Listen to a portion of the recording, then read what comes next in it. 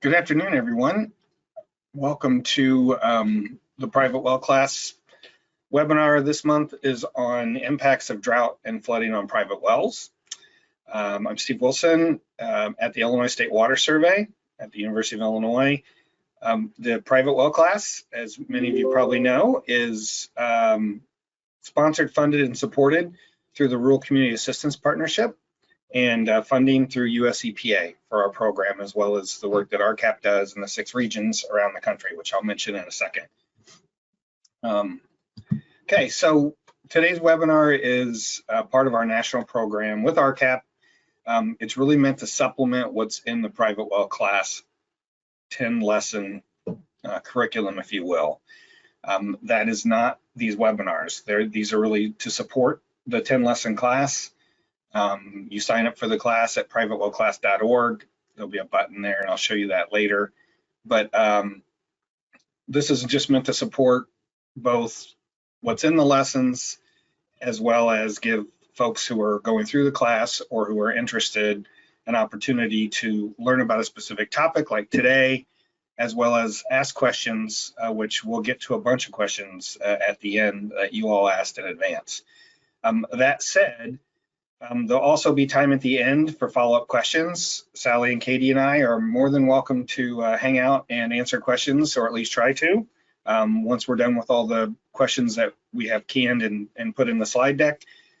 And so to do that, on your GoToWebinar window, there's either a question box or a chat box, and you can ask questions in there. So as we're going through, if I say something or if something comes up that isn't addressed that you have a question about, you can put the question in there. Katie's monitoring that. And at the end, we'll pull up all those questions and try to go through and answer what we can.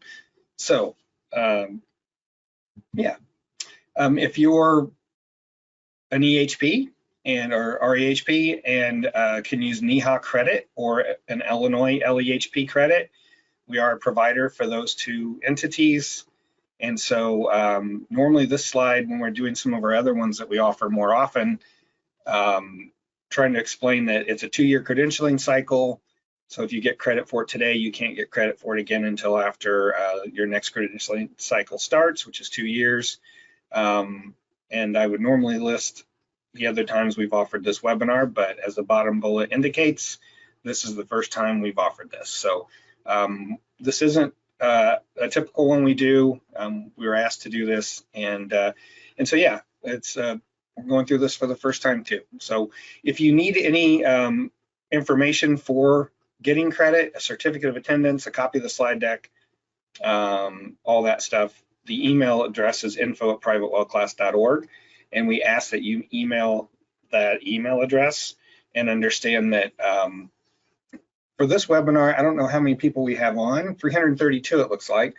Some of these, there's a lot of folks looking for CEU credit, and we're a small shop.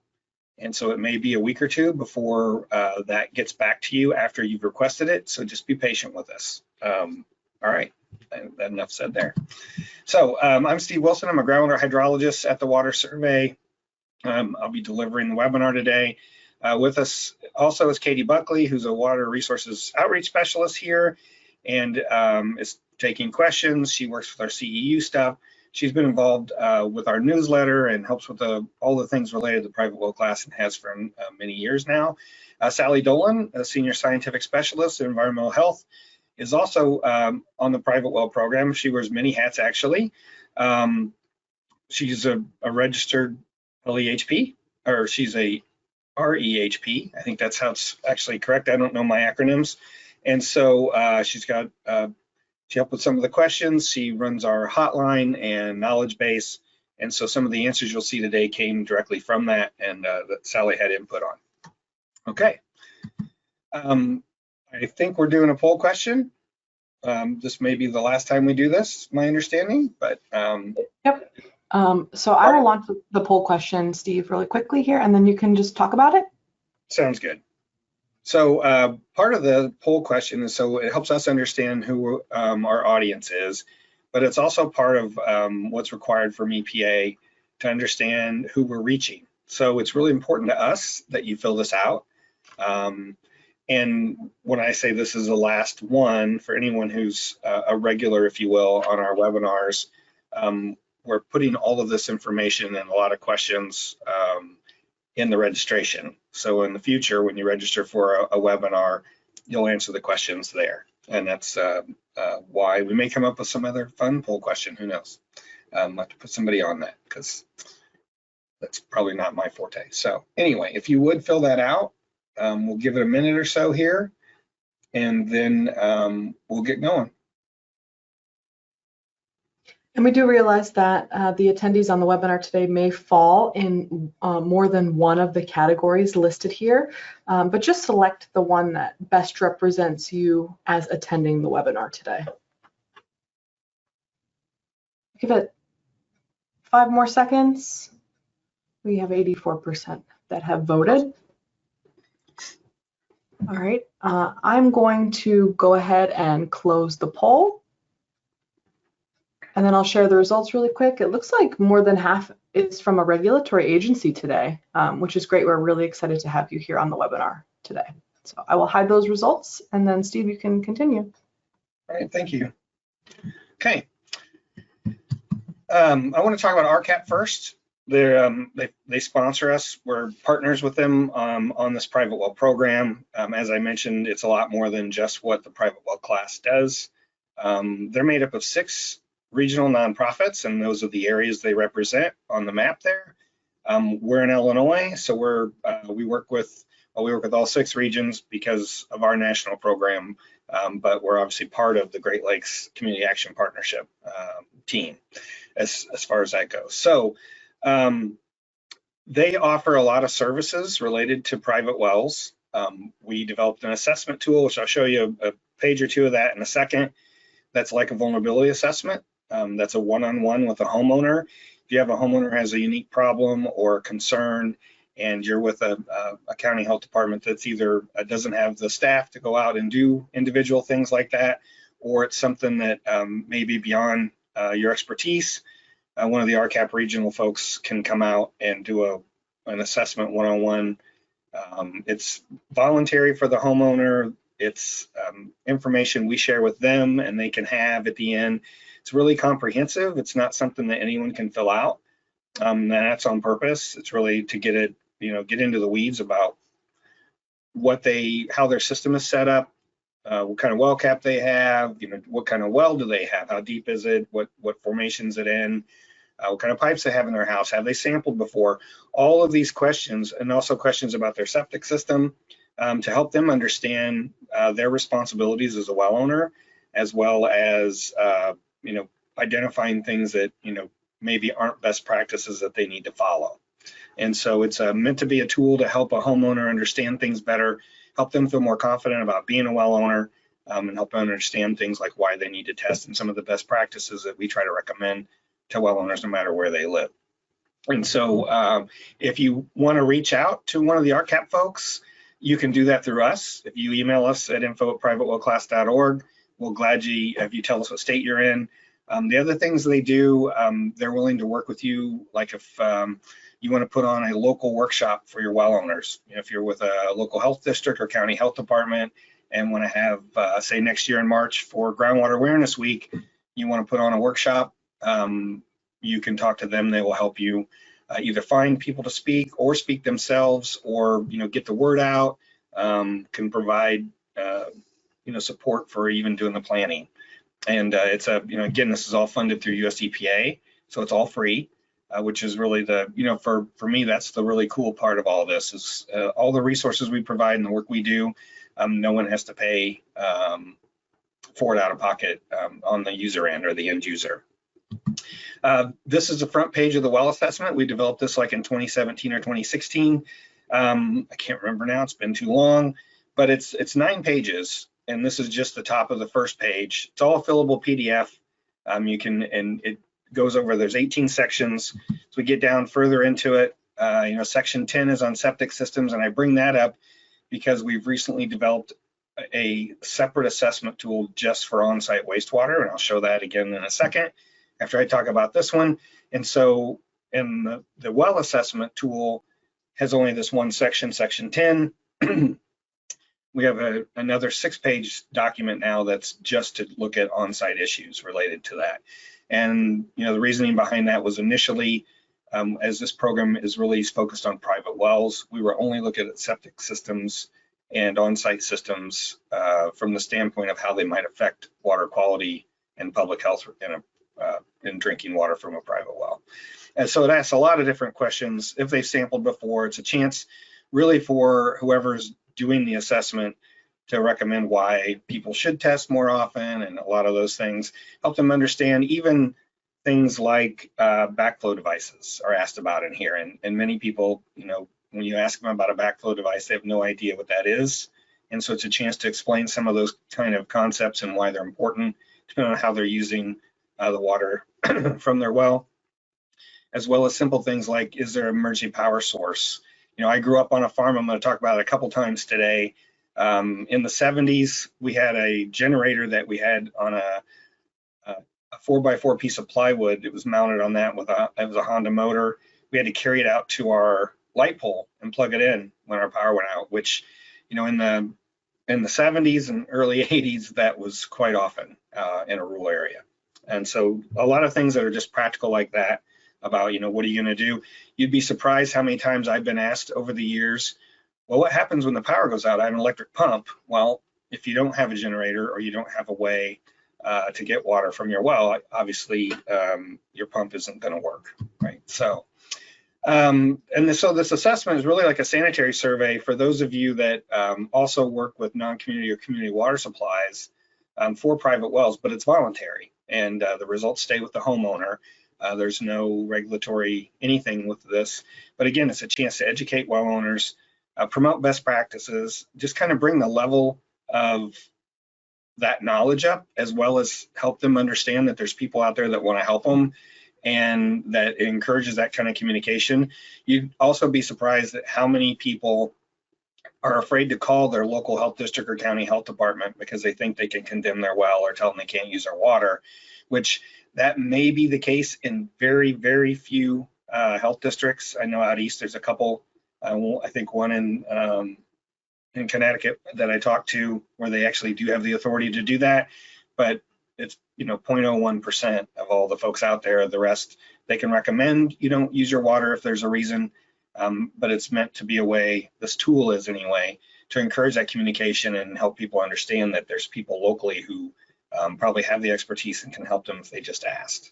And so that's kind of our, I think our overall kind of quote mantra would be, we want to work with as many well owners as we can, kind of to bring the entire level of basic knowledge up a notch, because that's what's missing, is there's so many people still out there who have no idea how to take care of their well.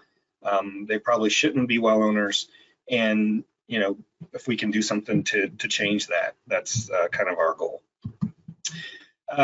This assessment program has been very popular as far as RCAP, the regional RCAP affiliates. There's 6 around the country. They've done over 4,000 of these. And like I said, a lot of times they're actually requested by a state or local health agency when they have a problem well, they don't have the staff to go out and deal with something.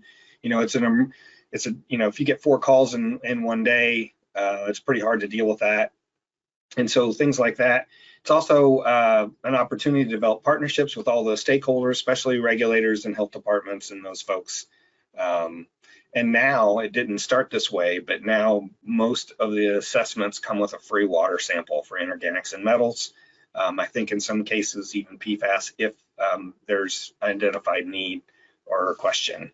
And so it's worth it. If you want to get a hold of an RCAP person, you can contact us, or we can give you the, you can actually search on their webpage too. All their programs are online as far as signing up for an assessment and things like that. So this is the on-site wastewater treatment system assessment I mentioned. We just developed this in cooperation with RCAP and NAURA, which is the On-Site Wastewater Recycling Association, last fall. And so for the first part of our grant that runs through September of '95, I believe, the 6 RCAP regions are all trying to do a number of these to just get the kinks out of this. With the well assessment tool, RCAP folks went out and started doing these assessments, and as they did, they found things that, you know, even though we had a group of experts, we probably had 10 people working on this from different, they were all wastewater people or on-site people. You always find something that you didn't think of or that needs to be changed or isn't clear. And so this first kind of 2 years, they're doing 130 of these, I think, around the country. And that's really to get the kinks out and figure out if there's anything on this form that needs to be changed. I know with the well assessment tool, we ended up with version 6 is the final version because we made changes as we went whenever we discovered those things. And it's like anything else, when you're working all over the country, in different states, there's different rules, there's different terminology in some cases, and there's even different types of equipment that may be used in some parts of the country and not others. And so if you're interested, both of these tools are on our website. If you go to privatewellclass.org/assessment, there'll be a page that comes up that links to both of them. And for the private well assessment, we also have a guide that we've developed that kind of goes through every item on here, which I think there's, I can't remember now, there's 400 and some different items that you can click on or write in a box. And it goes through every one and explains it, including backflow devices and all those things. And so it's pretty useful if you want to really get into detail of what might be causing a problem with a homeowner on a well. Yeah, so here's just going down a couple pages. It really gets into the details of their system. If they, besides pre-treatment, advanced pre-treatment, whether they're using irrigation or a drain field or something else, all those things. So it's pretty comprehensive. So the water survey, which where we all are here, is on the campus of the University of Illinois. It was started by our state legislature in 1895, and I talk about this every month because I'm really proud of where I work, but it's a really unique agency. I get to do research as well as public service, and we also house the state's well logs, so we have access to over 500,000 well logs in the state. Until recently, we had a lab that did water testing free for homeowners on wells. State budgets change that these days. But we have a really long history, including doing a lot of the seminal work on hydrology in the 60s, wastewater treatment in the 1920s and 30s. And so today, since this webinar is about climate change and drought and flooding and all the things that represents, the state climatologist is also housed in our office here, and the water survey has a long history in atmospheric sciences, and so I'm just going to highlight one of those things today. This is at our airport. This is in 1953. They're setting up a radar installation. During World War II, only the armed forces had radar stuff, and after that, they started using it to look at weather. And so the water survey was one of the first to actually have a weather radar. And on April 9th, 1953, when this was all set up and running, we captured the first hook echo on radar ever recorded. And it really led to developing a national network of weather radars around the state, around the country, which we all take for granted today. We were involved with Doppler radar. We discovered the first hook echo.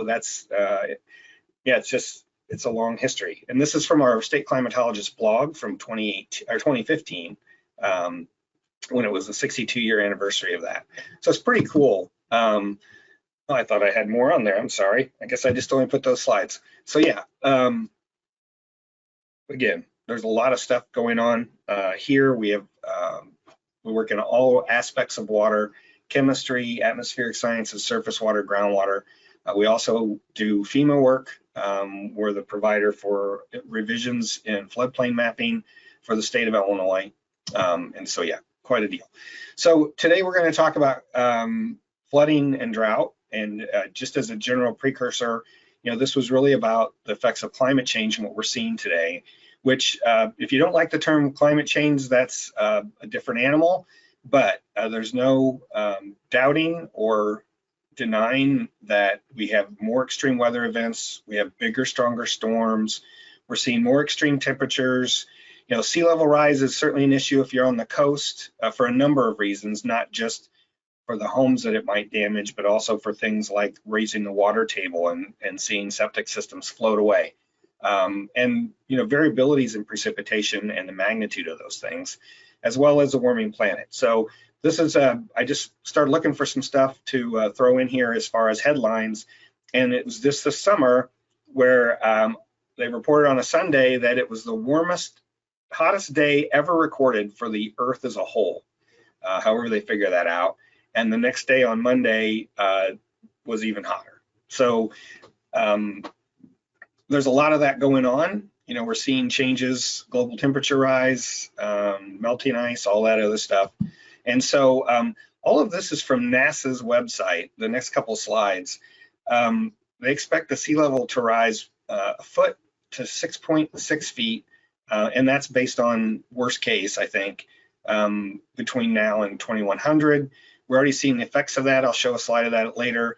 And this is hurricanes will become stronger and more intense. I think we've seen some of that over the last few years, but as well, we're seeing more drought and, going from a time when, if you look at California with all the rain they had last year, or this winter, but they were in a drought before that. And, also out west, from 2012 to 2016 was a very severe drought that caused a lot of problems, especially in California with wells and other issues. But we're also seeing changing climate patterns in our states, areas that never flooded. There's a town just north of Champaign that's just on flat farm ground. Illinois is a very flat state. The highest elevation in the state's just about 1,000 feet mean sea level, and the lowest elevation I think is around 250. And that might be too low. No, I think that's right. So we have only 750 feet of relief in the entire state. We have no mountains, we have no hills, any of those things. And yet this town that's north of us had a deluge of rain, 10 inches over the course of like an hour and a half or 2 hours, and the entire town was flooded, like under 2 feet of water. Never happened before, likely will never happen again, but it speaks to the intensity of these things and how we're starting to see more and more of these happen. And you can't predict it. And it's not an area where you'd think you'd have standing water. So this is from climate.gov. This is for July, and it's showing the average precipitation based on just July of 24 versus the last 30-year average. And we go from nearly 0% to nearly 300%. My son lives in Houston, Texas, in spring actually, and so I'm certainly aware of all the things that have gone on, and it was an unusual July. But we really do see these extremes based on what we have for the last 30 years occurring a lot more frequently. We have a project where we work with in an area that's mostly sandy soils along the Illinois River, and it's heavily irrigated. About 30% of the irrigation is in one county, and we monitor the water levels there. We have since the early 90s. And when you see the differences in rainfall patterns from the 16 rain gauges we've had there for the last 30 years, just for that project on a local scale, it's really interesting how much variability there can be and how quickly it can change. And so we're certainly seeing that. This is also from climate.gov. If you want to go to their website, you can get into all the details from some of these issues. Sea level rise is talked about a lot. Ocean heat's something they talk about whenever there's going to be a hurricane, but when you look at how that's changed, I think it says in here that all the excess heat that we create on the Earth actually gets absorbed by the oceans, and so that's where we're seeing the biggest effect. And that leads to a lot of issues, especially in the Gulf states and up the East Coast, related to hurricanes and the strength of those. Even variability in things, Tornado Alley's traditionally been in Oklahoma, right? And now they're starting to see more tornadoes further east, heading towards areas like Tennessee, and no one's sure why, based on what's changed in the last 30 years versus the previous 100. And so something's going on. And again, I mentioned sea level rise. These are all values. This is back in April, and I used this slide in another presentation. And it's really, it really speaks to what's going on, and we're seeing a big difference in the last 15 years or so in how that's all changing. And who knows if it'll last, or who knows where it's going to head. But if it stays on course, we're seeing a lot of issues along the Gulf, especially people with second homes. This is you can get on YouTube and see videos in North Carolina or Louisiana where the tide is just much higher now, and it's causing all kinds of problems. I think it might be in Virginia where they're trying to rebuild a road and move houses back because they're all standing in water now when they weren't before, stuff like that. So these impacts are a lot more than just significant to an individual. Not only do we see areas after a hurricane, this is from Hurricane Idalia, but it's become so much of a problem that now you've probably read in the paper where Florida, several of their insurance companies, smaller ones, have gone bankrupt, and many insurance companies, including major ones like State Farm, are taking fire insurance if you're in a wildfire prone area, and flood insurance if you're in a hurricane prone area, either completely out of a home policy or requiring a rider that's really expensive in order to do that.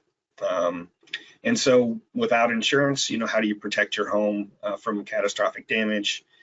It's not only those things, but also, people die during hurricanes and floods and wildfires and all those issues that are just continue to grow, and we're seeing more and more of it happening. So, and then on the bottom there, it says drinking water quality, and that's the aftermath in a lot of cases. When everybody goes back home, they're trying to clean up, make something of their property.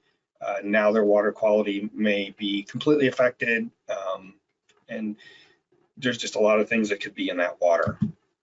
So just as an example here of what is going on, you can see, and this is it's only 9 years or 10 years worth of information, but certainly 2021 and 2022 were pretty high years for the insurance industry based on losses. And there's tons of things out there about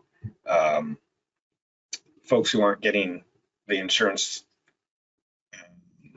payments that they need to actually rebuild.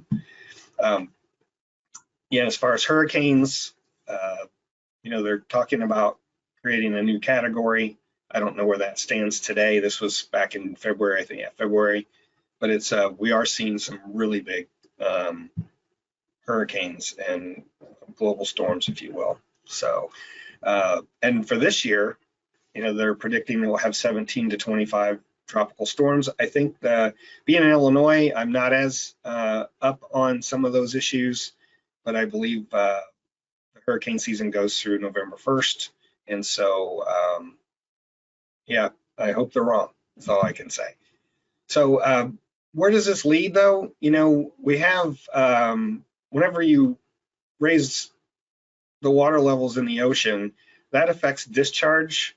In the hydrologic cycle, when water seeps into the ground and gets into the groundwater, it eventually discharges somewhere to a stream, a river, or spring, and it's a natural cycle. But whenever you kind of plug the end of the bathtub, if you will, and raise water levels where it's supposed to discharge, then it backs up and gets higher. And so that's what this diagram is really showing, is that the top graph, top figure, is where the current groundwater level is, and there's unsaturated soil for these septic tanks in their drain fields so they can operate like they're supposed to. But over time, the groundwater levels are going to come up, and with this new normal, or continue to be a problem, and eventually some of these are going to be an issue. And we're seeing this in Florida.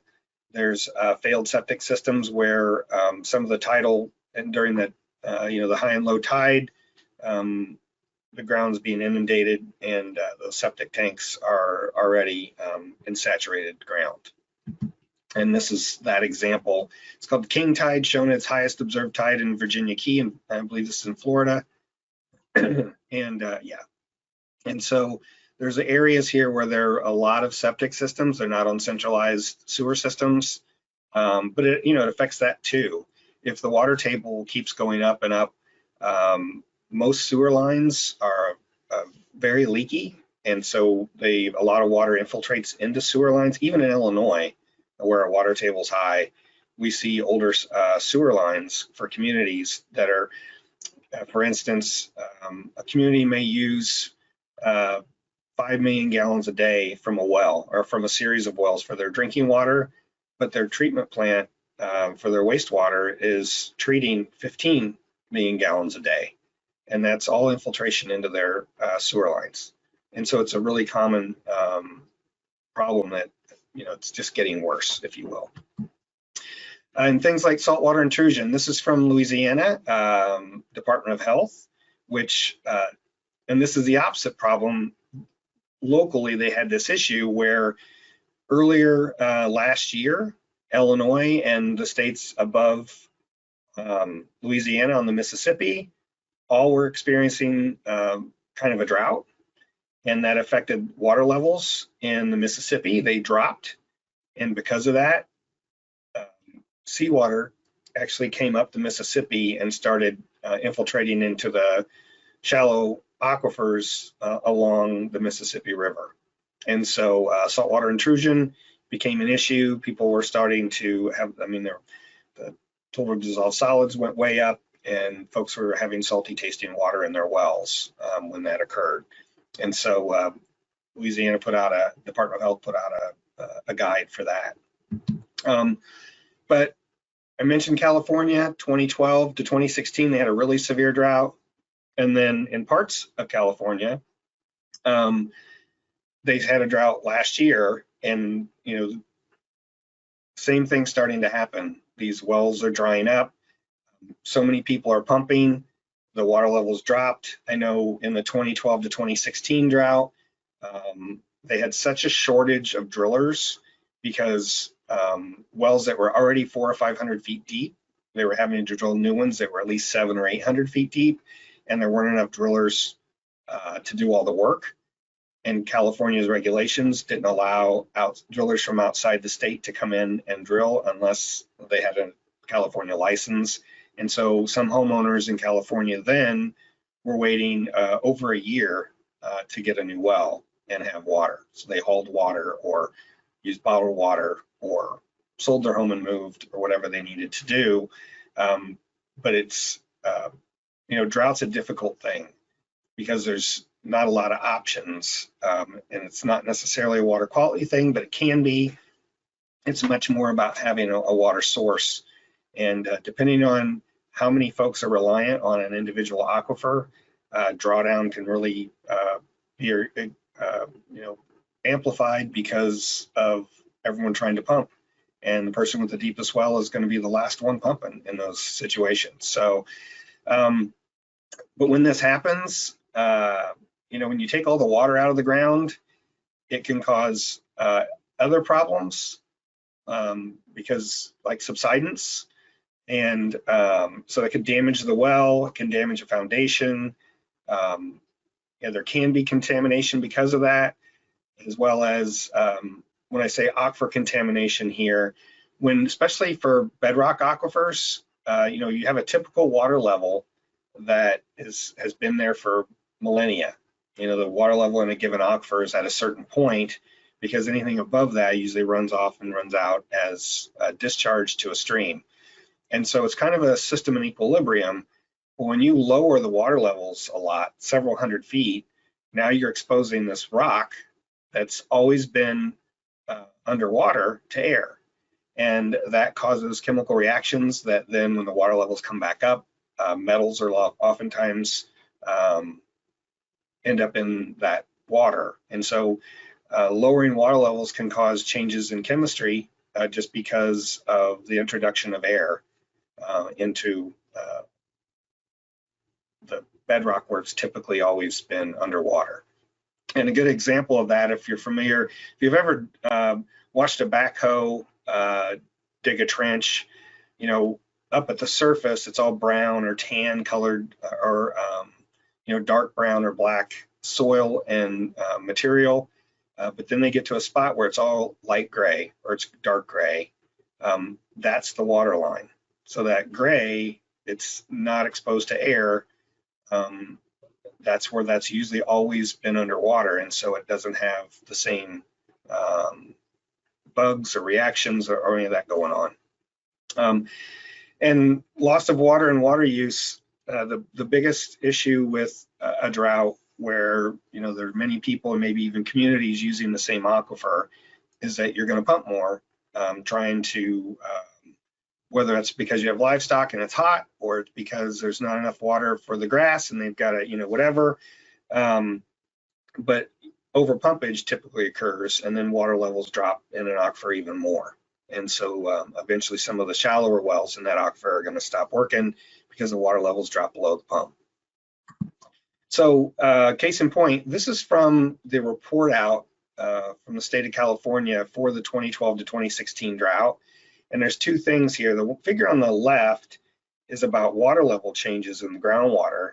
And the colors there, you know, the Central Valley Basin, many wells dropped, had water levels drop more than 100 feet. And so, you know, that obviously is a problem. Most of the time when you set your pump, you maybe set it 60 feet below the top of the water level. You shouldn't, especially for a home well, you're not going to pump it hard enough to drop it below the pump. But whenever the whole aquifer drops 100 feet, there's not much that can be done. So in some cases, folks were able to have a contractor come out and lower their pump. Their well was deep enough. But in other cases, the actual well went completely dry, and it had a huge effect. And again, like I said, some people didn't get a new well drilled, which, you know, cost as much as $80,000 or so until a year later. In California, in response to all of this, set up a program for homeowners whose wells did go dry, where they could get a grant for $45,000, I believe, to help with drilling a new well. And the figure on the right is about elevation changes of the land surface. So this area had subsidence because of so much water being taken out of the ground below it, and as much as 24 inches. So just think if your house, part of it sunk 24 inches, but not all of it. You know, maybe one side sank less or more or whatever. You're talking foundations cracking, just a general, it's really hard on infrastructure, breaking water lines, sewer lines. Yeah, and that's, you know, it's a pretty big area from Modesto to Bakersfield. So big effects, all because of the drought that they had and how that, and this shows the change in elevation there just from May of 15 to September of 16. And so all of these are consequences. I know everyone's thinking, what do we do about all this? You know, in some cases there isn't a lot to do, and that's the unfortunate part of this, especially on the drought side. So, and that leads to, you know, we're seeing a lot more forest fires, a lot of drier ground. These pictures, I forgot to put the reference on here, were provided to us from Jefferson County, Colorado after a wildfire. But, you know, if you have, even if you have a steel cased pipe like the one on the left, the cap was aluminum, and it was hot enough that it melted that cap that's laying on the ground there next to the well. But the one on the left or on the right was a PVC pipe, and you can see it just melted that. So now inside that well is a bunch of melted PVC, melted housing for wires, who knows what else. And, you know, that's probably a well that you would just have to fill in and cap and put in a new one. And the same with the one on the left. You see all those wires are melted. You know, there's a whole thing that we have a short video on what to do after a wildfire. One is before you leave, you make sure your power's off, because when those wires melt together, if the power's on, it could make your pump go. and cause all kinds of trouble, if not burn up the pump as well. So drought in private wells. So drought affects more quickly, if you will, shallow wells, especially dug or bored wells that are using the water table, because the water table is dependent on shallow infiltration for where it sits. And we have a network of wells that just measure the water table, which, to be clear, the water table is not an aquifer necessarily. It's where the ground becomes saturated. It's the point in space going vertically down where all the infiltration from rainfall and everything else, where the soil or the geology becomes completely saturated and there's no more, it's a water surface. It could be clay, so it's not really an aquifer and it doesn't provide water that you could put a normal well in. But shallow wells, especially large diameter bored and dug wells, they typically use the water table and let water seep in slowly because that's as fast as it can move. And the reason they're so large, 3-foot diameter or bigger, is so that they can store water over time. And you use it when you need it, it'll drop down, then more water will run in slowly. But because it's water table, the water table is very dependent on rainfall and infiltration. And when you don't have that, the water table can go down fairly quickly. Also, increased pumpage.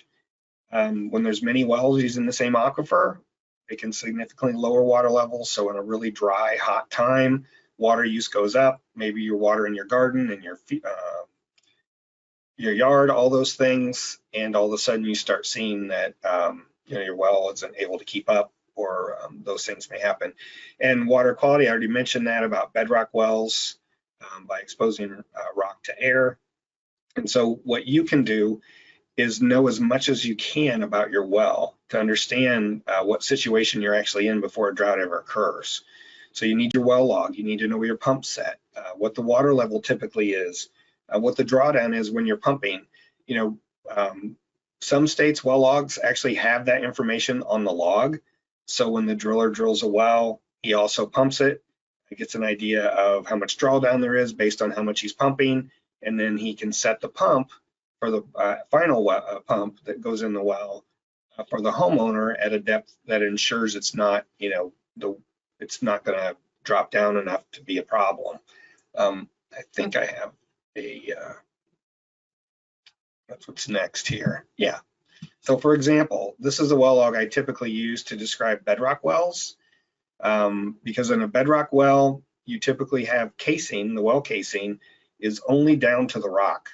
And after that, it's an open hole. You drill a hole through the rock and the rock acts as the casing. And that's because, water doesn't flow through bedrock like it does through sand or through clay, even in a shallow setting. It runs through fractures in the rock. And so you seed a casing into the rock. In this case, the bedrock started at 189. So they went to 199 and put 20 feet of black steel casing. It's on number 15 on this diagram. And then above that, it's PVC, but it's solid pipe down to 199, even though the hole goes down to 260.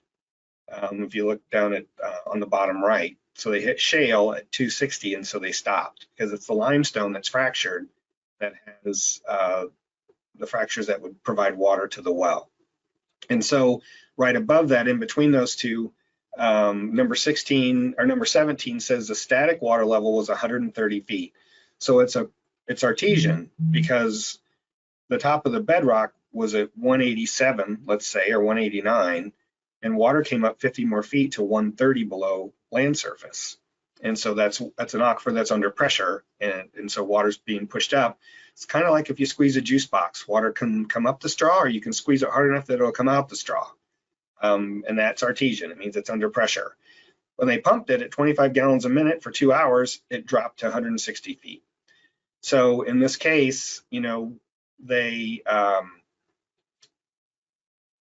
pumped it with a pump that's twice what they planned to put in the well for this camp. They only needed a 12 gallon a minute pump. That's number 5 on the left side.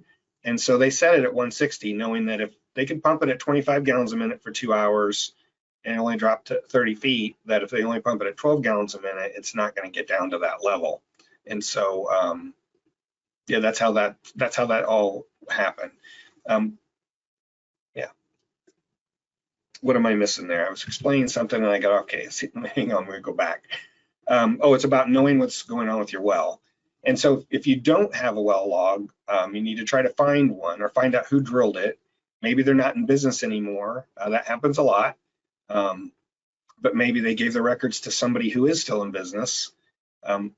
If your county or your local health district or your state doesn't have that information. You can also sometimes kind of be, quote, lucky in that there may only be one aquifer and all the wells in the area are all about the same depth because they're all tapping the same water source. In that case, you can certainly assume that you have a very similar well. And so, and if not, then I think one of the questions was about what to do when you don't know how deep your well is, and I'll talk about that then. So if your well runs dry, first determine why. Even if you're in a drought, it could be some other reason. There could be, I would talk to a contractor, find out if there's water in your well. It may be that, the water level did drop, but it's just below your pump. But like in the case I just showed, that well is 260 feet deep and the pump set at 160. So if the water level were to drop to 165, then you'd think you're out of water because the pump is dry. But you can lower the pump, say lower to 180 or 200. You're still 60 feet above the bottom, and you would have water because the water level is at 165 in the example I just showed. The problem there is you probably want to keep the pump up in the casing if you can. If you're down in the formation, so the pump's down next to the rock itself. You might start pumping fines or other material that's just naturally down there, and you don't want to do that if you can help it. But if it's a difference between having water and not having water, you could add a filter to your line to remove any of that stuff as well. And also just knowing your situation. Do you have a 3-foot well, a 3-foot large diameter well that's a bored well, or is it a 6-inch casing and it's only 6-inch casing all the way down, or 4-inch casing and it's a drilled well that's in an aquifer? And if worst case, if it actually did go dry, then you likely would have to drill a new well, and it'd have to be deeper if there's even a deeper aquifer that's available. In some cases, like we have an area in Illinois where once you get past a certain depth, the water turns saline. It's from millions of years ago, there was a sea in that part of the state, and it's salt water. So the TDS is 13,000, which isn't drinkable. It's just like drinking water from the ocean. And so all those things, and there are folks who can answer some of those questions, maybe not about your well, but about what your options might be for drilling into a different aquifer, or how deep it may go. In your state, that would be your DNR possibly, depends on the state, but it's if you look up well logs, you can find out if they're being housed somewhere at a state level. Like Missouri, it's DNR, Wisconsin, it's DNR. In New York, it's the Department of Health. It just depends on what state you're in, who has, how their legislature set up their governments at the time, what agency that might be. But you can also contact your state geological survey or USGS office if there is one in your state. They should be able to help you. Tell them where you live. They can, they develop a lot of maps of the geology as well as aquifers, even sometimes contaminant maps of where there may be naturally occurring things like arsenic. And so just you got to be inquisitive and not be afraid to call folks to see what you can find out. And you can look online first. A lot of that is online. Like you can find maps of where in some states where there's arsenic versus other things where there's high chlorides, where there's saline water and things like that. So it may help to conserve water. This is kind of the advice that everyone gives, is you need to try to conserve your water, blah, blah, blah. But if it's a long-term drought, most of the time, if the water levels are going to keep dropping, it's an aquifer problem, not you conserving water problem unless everyone else that's also on that aquifer is doing the same thing.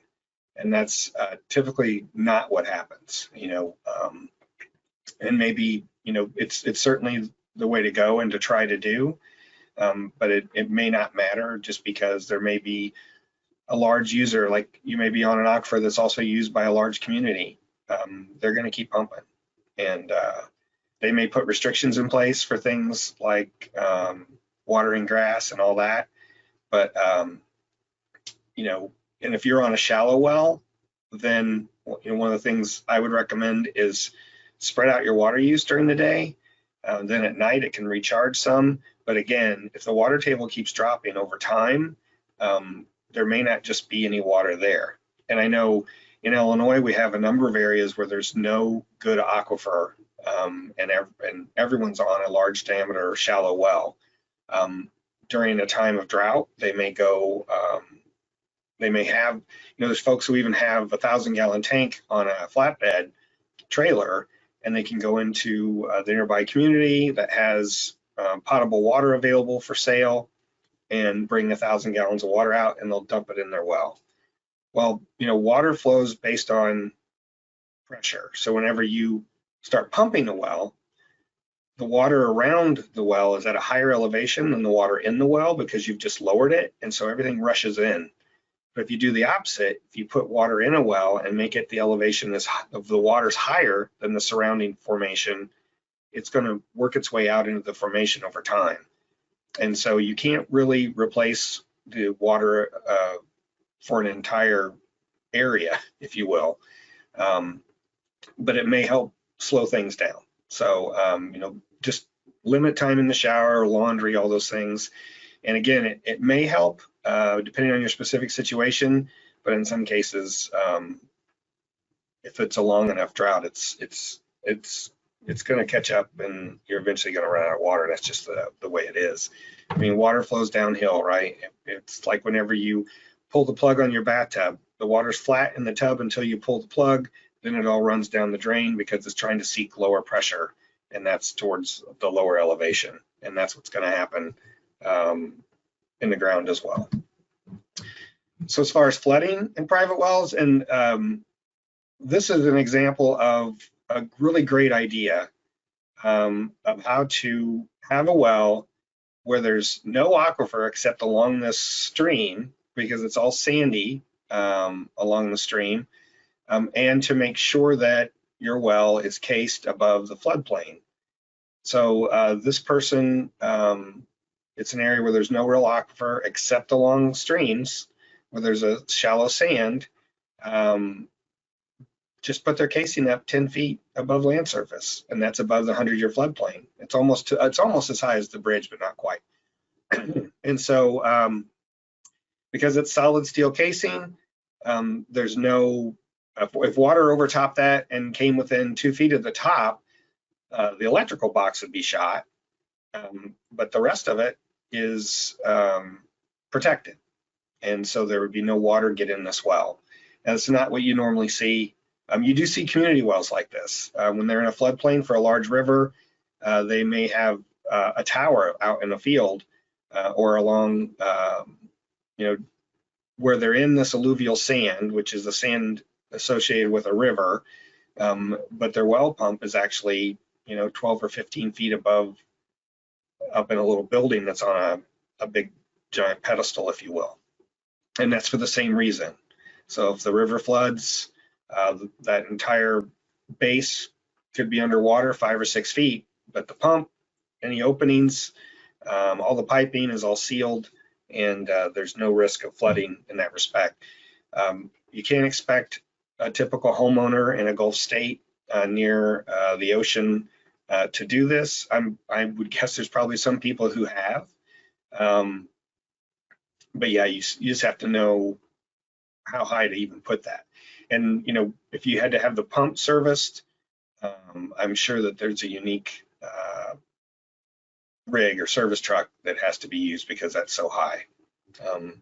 But it does solve their flooding problem. there's a lot of things online. This is from the USGS, and I was in Pittsburgh in July, and so I used this picture then, and I just decided to reuse it here because when you zoom in to, this is Pittsburgh proper, it shows that orange area. I think it's orange. I'm colorblind. It says 0.2 annual chance of flood hazard. So that's the equivalent of a 500-year storm. And the 1% is the light blue, I think, up there, and that's a 1 in 100, which for most insurance, at least until recently, the 100-year floodplain map was what was used to decide whether or not you could have insurance. You can't build in a 100-year floodplain in most places and get homeowners insurance. You have to be at an elevation above that. And now we'll see where the insurance industry falls out after all the things that are going on, because we certainly see a lot more flood damage, even from rainstorms, not just hurricanes in other areas of the country. So, but it's interesting. I just saw the other day, somewhere in the States, they estimated that it was a 1,000-year flood that they had, or 1,000-year rainstorm.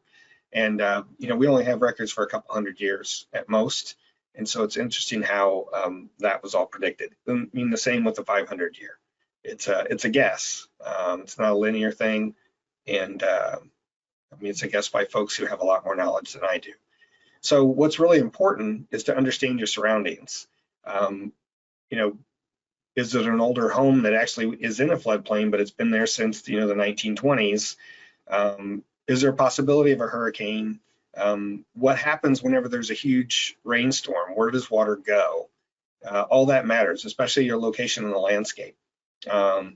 You could be at a high elevation, but if where you put your well is a low spot in your yard or whatever, and if there's a big rainstorm, water is going to pond there, it's still a problem, right? So you need to understand where your well's at, and if it's on a hillside,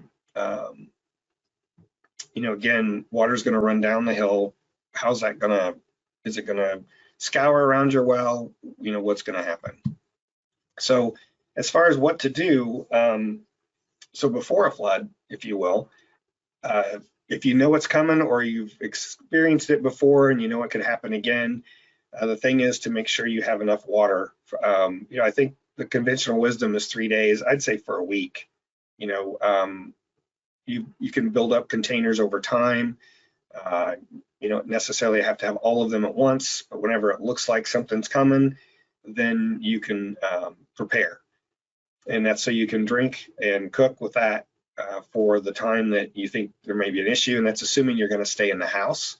If it's not going to be that bad, or if you happen to live near a river and you get a flood every 4 or 5 years, you're used to it, you probably already have all this down.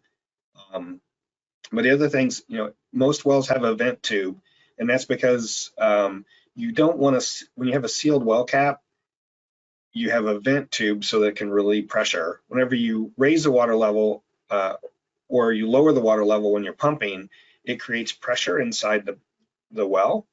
And if you have it perfectly sealed, you can actually even crush your PVC pipe. The negative pressure inside will force it to, squeeze it.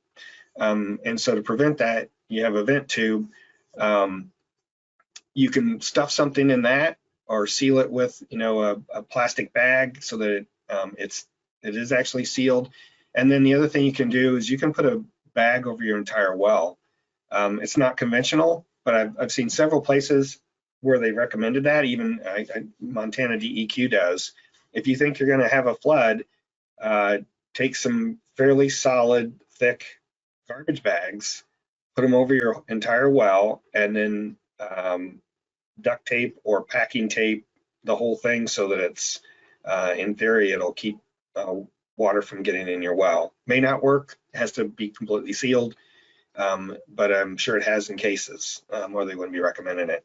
So before you leave, if you are leaving, turn off the power to the pump and actually shut off your water so it can't come in your home. That way, if it does get flooded and your water is contaminated after the fact, you can pump out your well and bring in fresh groundwater before you try to disinfect or do anything else. And just have a plan. and understand where you're going to get your water tested. In theory, I'm sure every homeowner who's on here tests their water every year like they're supposed to for nitrate and coliform bacteria. And so you already know who your testing lab is and all those things. But if not, you should find out who will do the testing, whether it's your local health district or if it's a private lab or use an online service. Be prepared. And in some cases, you may even just want to have a sampling kit already at your house, so that when you get back, if you again leave because of depending on the flood and how that is, you're ready to go, because you're likely going to need to test it before you want to use it. So, okay, so then during the flood, there's really not a lot to say here. Whether you stay or go depends on how severe it is. What you can do, you're going to be using bottled water. You may not have power because of, at all, not because you shut any off, but because something like a hurricane. And so, the best bet is to be safe. That's really all that should matter. Your well's still going to be there. It may be flooded. You may have to deal with it, but that's not the most important thing when it comes to a situation like this. So make sure to evacuate if there's any personal risk, and then you can deal with it when you get back.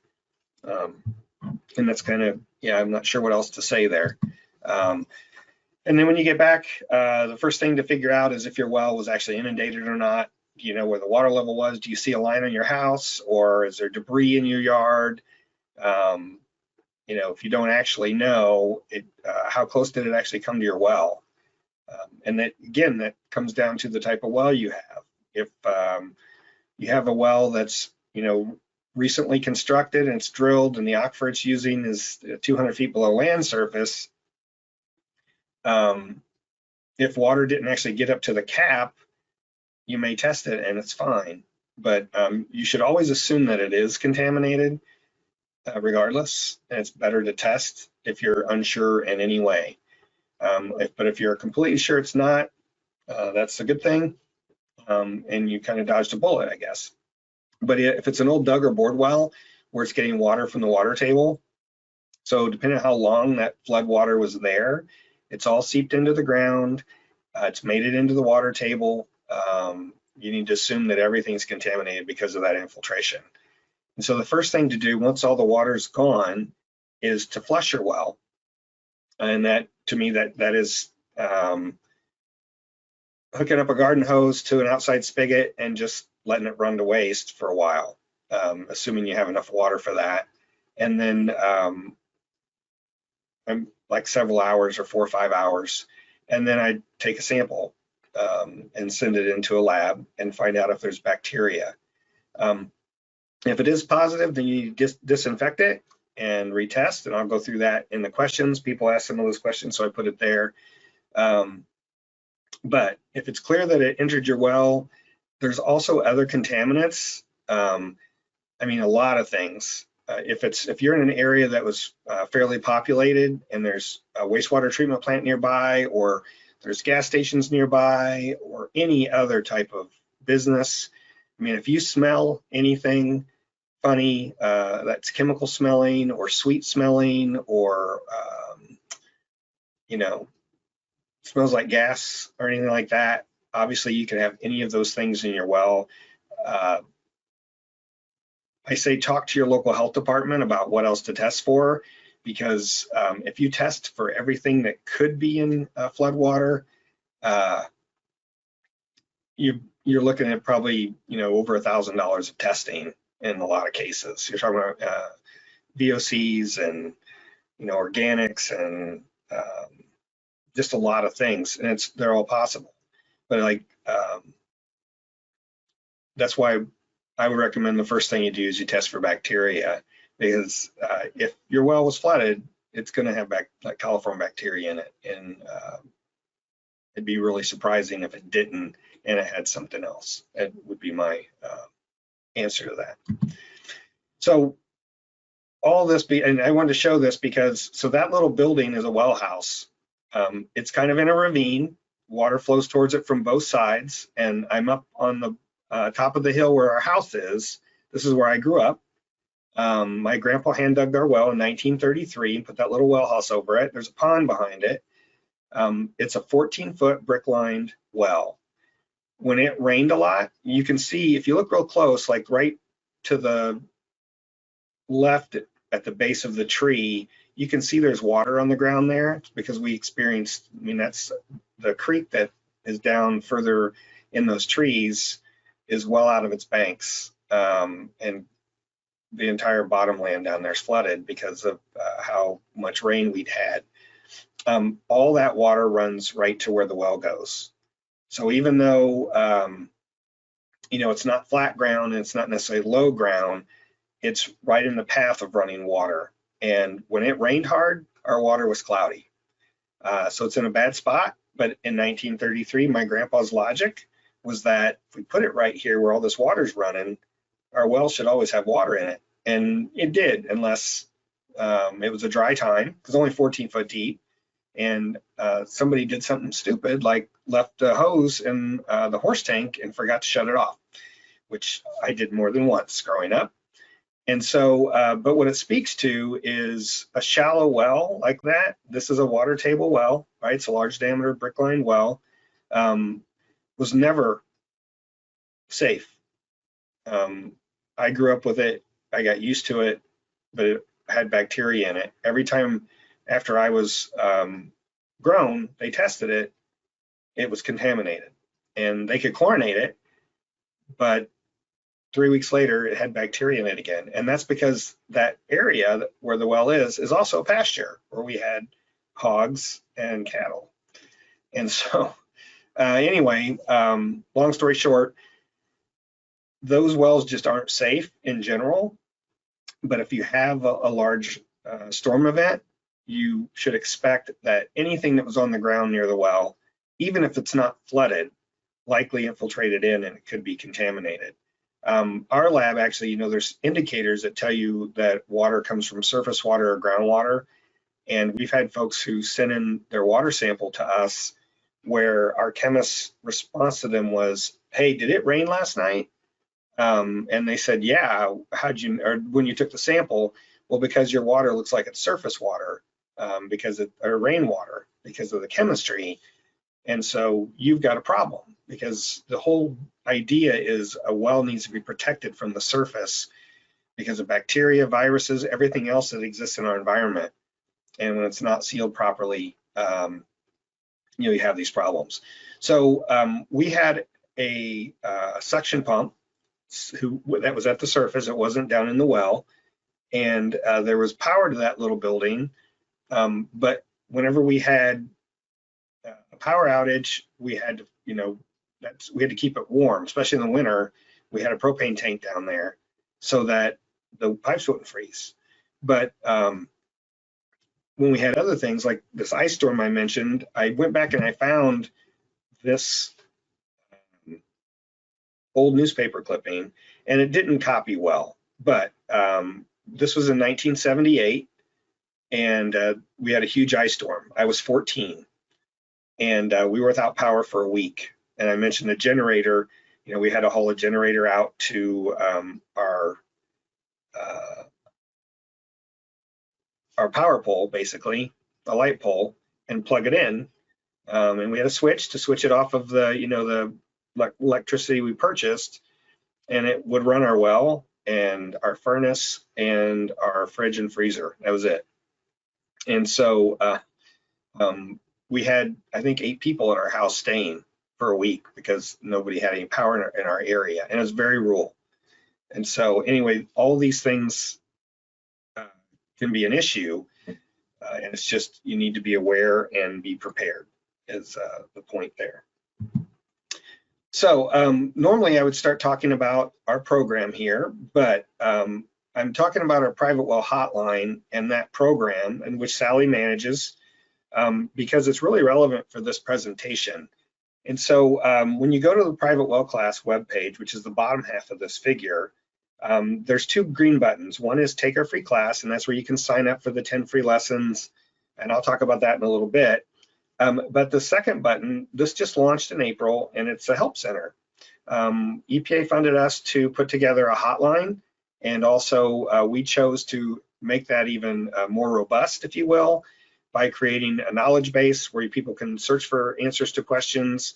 And there's also an AI chat feature for folks to, if it's during the day, they can actually talk to us. If it's even on the weekend, this AI will try to find the best answer based on the material we've provided it. And so when you go to that button, you get this page, which down at the bottom right is a little, where that little down arrow is. When you click on that, it pops up this chat. You can search for an article in the knowledge base by where it says search for articles, just type in a keyword or start typing a question, or you can call us, which we operate that from, I think, 8:30 to 4:30 Central Time, Monday through Friday. And so, but a lot of the questions are available. The most common questions that people ask, we've already created an answer for through this knowledge base, if you will. It's a series of articles that are really just a question and answer. And so when I go into that and type in flood, this is what pops up. There's an article, is my well safe after a flood? How can I protect my well from severe weather and lightning? There's a whole list of things where flood's mentioned, it shows up. All that's, I don't know how many questions are answered in there now, probably close to 150, I'd guess. Sally would know that. But anyway, it's a way to find answers to a lot of typical questions that you might have as a well owner. And we put all this together ourselves based on all the webinars we've done, our class lessons, and questions we've got from folks like today. And so I encourage people to use that. It's got just a chance for you to read through some of those things. Like if I click on the top one, is my well safe after a flood? There's a video we created a number of years ago, is my well safe after a flood? And that's what this is modeled after. It's a lot of the same text, but it also then we've added, if you have a flooded well, here's how you can disinfect your well, and the instructions we provide, which are based on the state of Minnesota's health department's guide. Same thing for drought.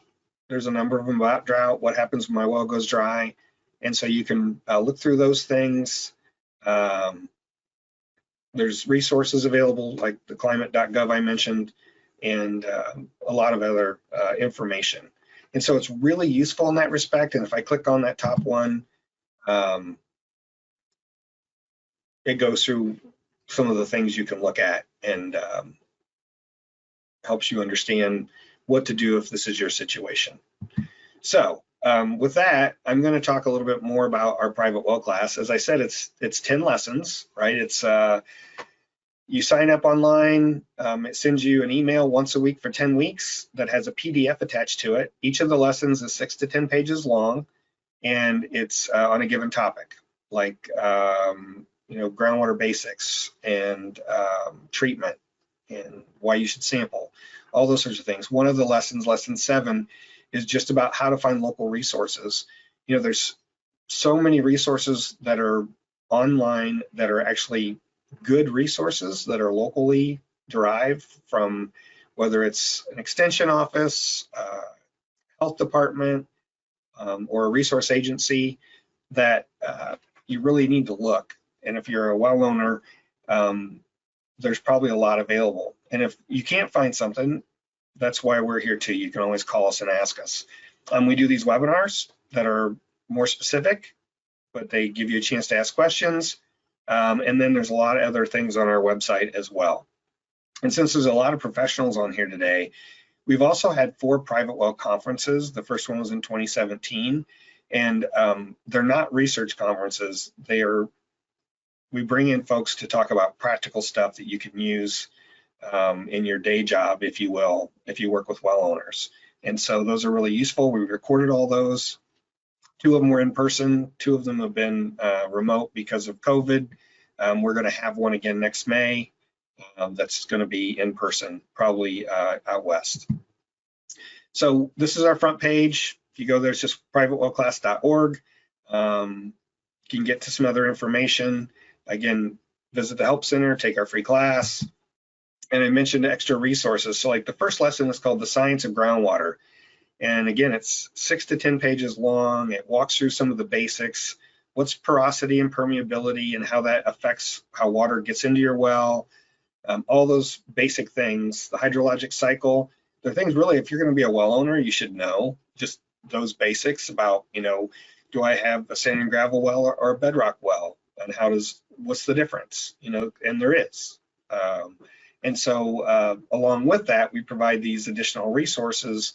Every one of them are freely available. They've been developed mostly by other universities or state agencies, and they're all linked to those same concepts that are presented in there.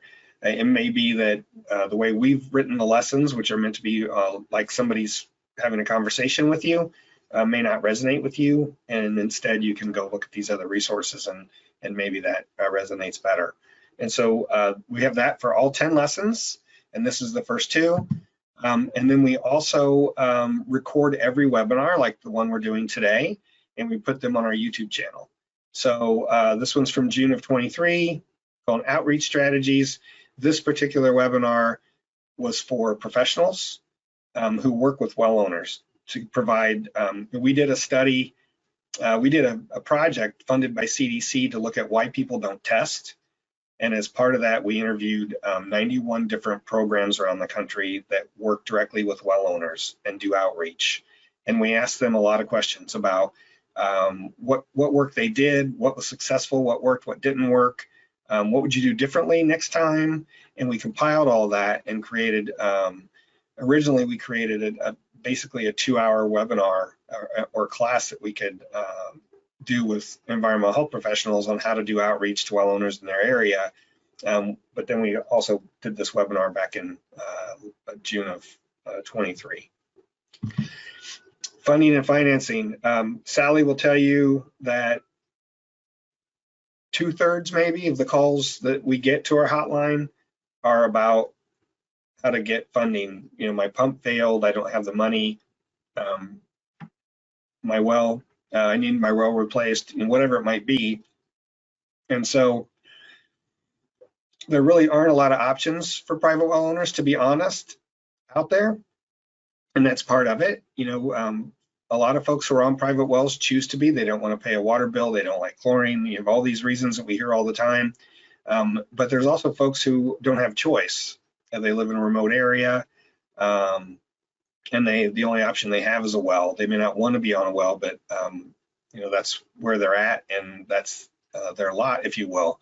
And so there are programs through USDA that can help, especially low-income folks, get funding for either replacing a well or a pump, or even with septic issues.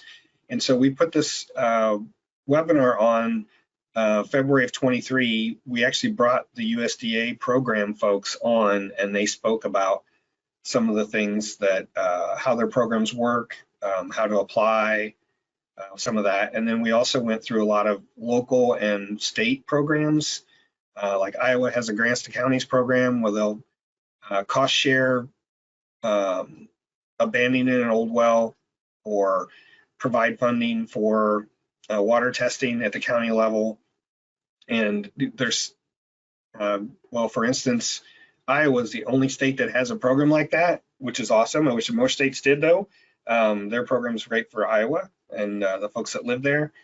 But there are a lot of, even sometimes, like a stormwater conservation district may have a program to help cost share abandoning an old dug well that's on a property, which, those are a risk, not only for contaminating an aquifer, but also for safety. If somebody falls in it, that sort of thing. So we try to put these resources out there so that folks can find it, for one, and we can answer any questions they have. Same thing with lead. We haven't done this since 2018 because, lead in homes hasn't changed. It's, older homes that have lead or galvanized pipes or copper pipes with lead solder. We know a lot more about that than we did, 20 years ago, per se. But what you do as a homeowner is still the same. It's about testing your water. There is treatment to remove lead if you have it in your home. you can either try to change your groundwater, which is what communities do, right? They add phosphates or other chemicals to raise the pH and make it less corrosive so that when it gets to all the homes in their community, it's not causing lead to leach off the pipes. And there's also a program now underway nationally, obviously, to remove lead service lines, but that's on the community side of the line. That doesn't necessarily replace the pipes in somebody's home. And so for a homeowner, whether you're on a community water supply or on a private well, knowing what kind of pipes you have, knowing the pH of and the alkalinity of the water, understanding if it's corrosive or not and could be causing those problems. And again, it all starts with testing. And that's the message in the end for almost everything that we provide here is you need to know what's in your water. And for the lead, we actually just added a page with some sources. You know, there are point of use filters that work really well for removing lead. And so some of that information is here, and that's just at private well class/lead. And if anyone, again, on any of these resources has a question outside of this webinar, you can still call us or email us. On our front page, there's an email address and a phone number at the bottom, or you can go to our helpline. We also created a series of short videos that are 4 to 6 minutes long, like this one's about sharing a well. I was really surprised. You know, I grew up in the country on a farm, and you just don't see shared wells, but there's really a lot of folks who share wells. And if there's not a legal agreement or it's not in the deed, it can lead to a lot of problems, especially if it's on one person's property and the pump fails, and one of the neighbors who isn't on the property either agrees to share the cost or not. You know, it can lead to neighbors who have been friendly for 10 years all of a sudden not being friendly because one of them doesn't want to spend $3,000 for their share of making that system work again. And so it's important to understand those things. If you're on a shared well, I know I just had a person contact us, or actually they contacted our hotline, and it came to me in California where they have shared well agreements, and you know, things are changing. Some of these issues, we don't have any rules or laws like that in Illinois, but in some areas they're even regulated if it's more than one home on a well.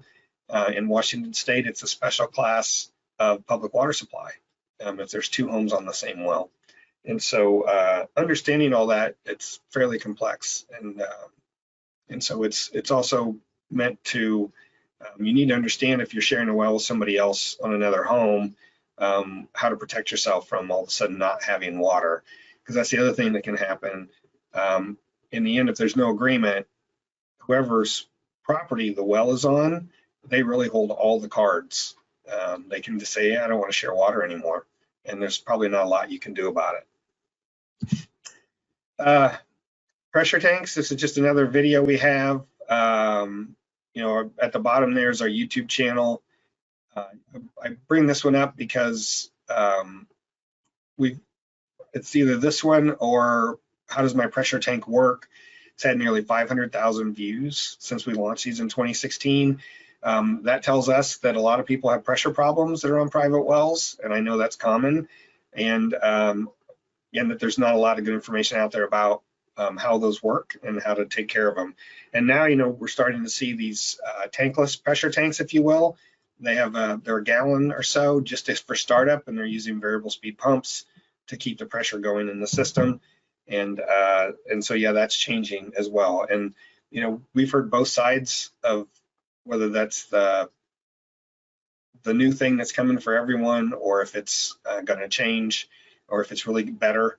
But it's certainly a good concept, and it's certainly not flooded the market yet, although it's very popular. We started a podcast 3 years ago called Tap Talk, the Drinking Water in Rural America podcast. It's really meant to be at the intersection of rural America and public health. So we interview folks who typically either have a great program of their own, like Brian Swistock, who's listed in the top left, who's now retired from Penn State. He was with Extension. He ran their private well program for years. Or folks who have a national focus and are doing things nationally, either on the private well side or the small rural community side. And we have a sister program, if you will, called wateroperator.org. It's actually older. It's been around since 2009. And the focus of that is supporting water and wastewater operators in communities of under 10,000 people. And so this podcast really reaches both of those audiences. But you know, Alan Wolf is the head of pediatrics at Harvard Medical School. He deals with some very odd cases of children's disease and health issues that sometimes end up with a private well influence. And so it's very interesting, some of the things that he's seen that ended up being because of something in a private well. And so, yeah, if you're into podcasts, you know, there's 48 of them now. In the end, and we're getting ready to launch season 5, which will be the next 12 this fall. Our class is also available in Spanish. You can get to that from the bottom of the English page. There's the URL at the bottom there. And all the lessons and figures from the lessons are all in Spanish, and a few of the videos, but it's great to have this service out there, and we certainly try to promote it. It hasn't had the traction we'd hoped as far as, there's a lot of call for it. We have some counties around the country where they're like, most of our population are native Spanish speakers. Can you develop this? And so it's there. It's still available is what I'll mention, I guess. And we just launched a third website called decentralizedwastewater.org. It's a very long name, but it's really meant to support the on-site industry. So where wateroperator.org provides resources for centralized water and wastewater services, this website is meant to serve the folks who are either pumping, installing, or regulating septic and decentralized or on-site wastewater systems. And so it has a national calendar, just like wateroperator.org does, that provides training events for folks in the industry. It also has a documents library or resource library where we've gathered all of the free and publicly available documentation related to these types of systems. Anything that's online and freely available, we link to it and try to get that information in the hands of the people that need it. So we work with NAURA and RCAP on this. We've worked with WEF too on the water operator side and wastewater side. So yeah, we have a lot going on in this area, but it's take a look if you're into this field. There's some good resources there. In the end, I think I probably mentioned this, but our goal is to really help well owners understand that they need to learn how to take care of their well. They need to know how it works. It's really important to protect their public health and also their families. And, yeah, and I guess I just mentioned here that a lot of questions that we get every month are actually answered in the class lessons. And I know we haven't done it for a while, and maybe, Katie, this is what the poll we should ask for now on again. How many of you have taken the private well class? And typically it's around 10 to 20%. And you really, if you want to learn more about wells and how to take care of yours if you are a well owner, it's good to go through the lessons first. It'll help you be more informed. You'll ask better questions when you do have a question. It may even help you solve some of the issues. If you have a problem, you'll understand what it probably is and how to take care of it. So on to our submitted questions. We do have, we had a bunch of questions today. And so I'm just gonna go to it. I wanted to mention one more time that through either the chat or the question box on your GoToWebinar window, you can ask additional questions that Katie's actually putting in a Google Doc. It looks like we have a couple there, and we'll answer those at the very end. But what we're going to do today, and this last bullet says, our past webinars have questions from participants just like the questions we're about to answer, but many of them are different. We try not to answer the same question every month because if there's new questions that are relevant and we think they're useful, You can go back to last month's webinar, go to the part where we get to the submitted questions, and you can see what questions were asked then. I think there might have been one question this time about PFAS, but I didn't answer it. This is flooding and drought related, so I tried to stick to most of those. But in one of the past webinars, we talked a lot about PFAS and what you can do and some of those things. So as an example, so if you're interested, you can go back through some of the other webinars and find more questions and answers about topics that you might not even have thought of. So let me go here.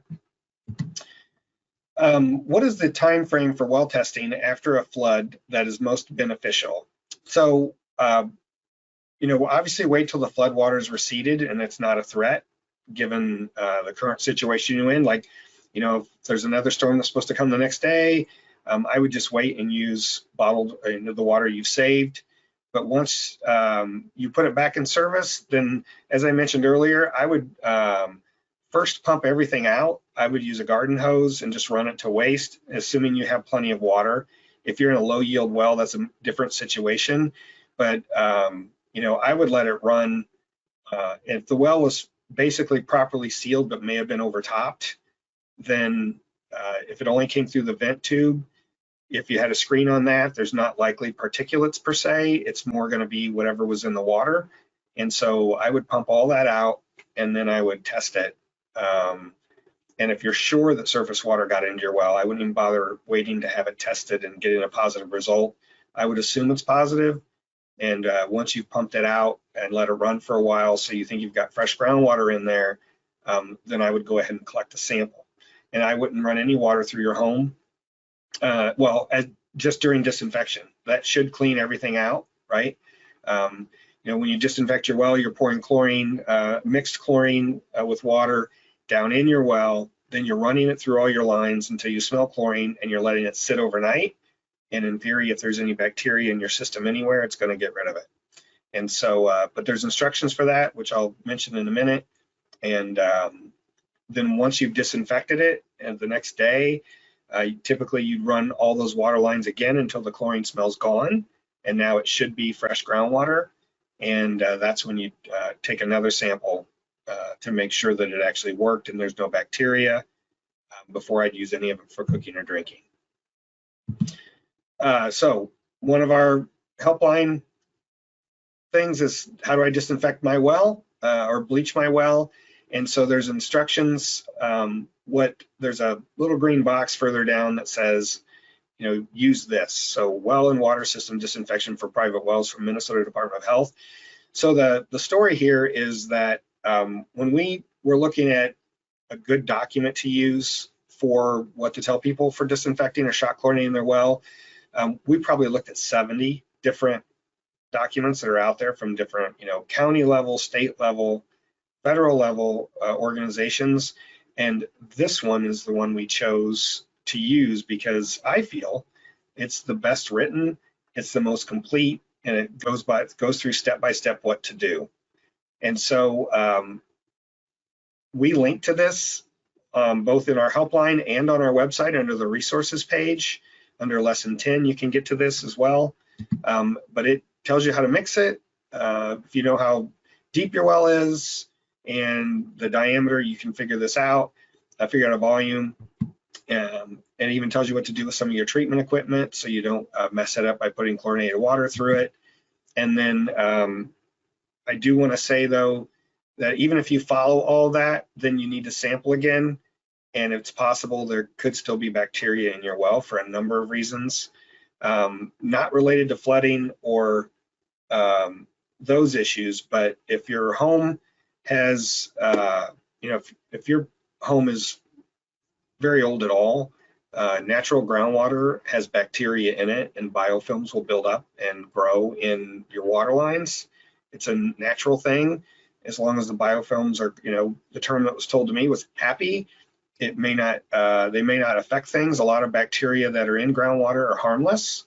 But when you chlorinate, like E. coli or coliform can harbor in those biofilms, and you might kill part of it, but not just the upper layer. You may have to do that 2 or 3 times. The other problem, which also isn't because of flooding, is that there could be a continuous source. And one of the questions today, I think someone asked about, well, I know reason I bring this up is if you tested and you have coliform now after a flooding event, when did you last test your well to look for bacteria? Because what we find is that someone's like, oh, I have this flooding event, I chlorinated, and I still have bacteria. And so then you have to go back and look and say, well, did you ever test your well when it wasn't a flooding event? Like, do you know that your well was free of bacteria before the flood ever happened? Because there could be a continuous source, like especially for a really shallow well or a dug or bored well, there could be like a thin sand layer where all the water is running into your bored well from just 6 inches of the depth where the sand is, and that may be connected in some way to your septic field, and it may be running from over there, or a feedlot if you have livestock. There's all kinds of things that could happen, and so if you don't know that you have a baseline that says that it wasn't contaminated before, it may be that there's other things going on, you just didn't know it, and you only tested because there was a flooding event. The other thing that can happen is that chlorine is only effective to a pH about 7.5 to 8. So if it's above 8, which does happen, a lot of Illinois groundwater is close to 8, it's not nearly as effective as a disinfectant. It says waiting on VT research. Virginia Tech was doing some research looking at better guidance. I think the verdict is basically that one of the things you can try to do is use white vinegar along with the bleach when you pour it in your well, and that'll lower the pH of the water if it's high and allow you for the disinfection to work better or the chlorine to work better. That's not an optimal solution, but that's kind of where the state of that is today. And hopefully there'll be some better solution that comes along, but we haven't seen anything other than that. And that's kind of the guidance. There's even a state or two that now provide that guidance, that if your pH is high, you could use white vinegar as a way to lower the pH in the well, because you're mixing it all up and you're recirculating it. And so it will lower the pH to a point, because chlorine actually does raise the pH when you add it. And so it may not be as effective as it's supposed to be. And it could be that you have, especially if you have a well that does have influence from the surface, you could have other things in there, organics, or just a lot of different things that could be reacting with the chlorine. And so it's not actually getting into your water lines and doing what it's supposed to. And one way you would know that is if you pour in the recommended amount of chlorine that's mixed with water when you pour it in, but whenever you turn on a tap in your house trying to get to a point where you smell chlorine and never do, that means it's likely not there anymore. And so you may have to use a higher dose. Those are unusual, but they can happen problems. And it's just things you should be aware of when you're trying to disinfect your well. How would flooding cause issues related to salmonella? So, salmonella is also a bacteria it's common in foods, right? Eggs, that's where you hear about it the most, I guess, as well as in animals. And so, raw foods sometimes can cause that problem. I know it's happened. I think we get a recall every once in a while from some vegetable that's come from California where that's an issue. But because it's a bacteria and it's so easily spread, it's fairly common in the environment. And so floodwaters, especially like from a hurricane, they can have many things in it, including sewage. So if you're in an area that's close to a community where there's a wastewater treatment plant and it's all been overtopped, then you can assume that all those things could be in your water. And so, not only E. coli, but salmonella. And you should really avoid, in your family, if you're in an area where you've had a flood, don't go walking through the water, don't be playing in it, don't let your kids play in it, because if you're in contact with that and then you touch your hands to your face or put them in your fingers in your mouth, you really could give yourself something, especially an intestinal problem. And then again, if it smells sweet like fuel or chemicals, then you should also test for organics. which can be really expensive. But depending on the type of flooding event you've had, if you're in an area that's more residential, it could be anything. Somebody could change their oil in their garage, and that could now be a part of what gets into your well. So yeah, you just need to be careful. And I certainly don't have a list of things that you need to test for, because it's a unique problem. Every time there's an event like that, it depends on where you live. You know, if you're in a rural area and you know, a farming area per se, let's say, then you know, where those things aren't likely to happen, then that's one reason why we suggest testing for coliform first, because if it's in there, then you know that stuff got in your well from the flooding event. And so then you need to think about what might have been around you. You know, if you're actually a farmer and you have you know, all the equipment for farming, you're also storing chemicals, and you know, you're probably taking care of all the maintenance on your tractors and combines yourself, or a lot of it. So there's likely to be some of those same things that could be depending on the size of the flood and some of that stuff. So you just kind of, yeah, you need to kind of just assess the situation as far as what possibilities there might be, but it still goes back to starting with testing for coliform bacteria. Does different topography limit the potential impacts of drought on a private well? Well, yeah and no. So it depends on the well, right?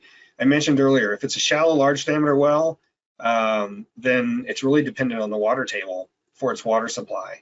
And because the topography varies, so does the water table, where there are differences in topography, and because it's influenced by infiltration from the surface.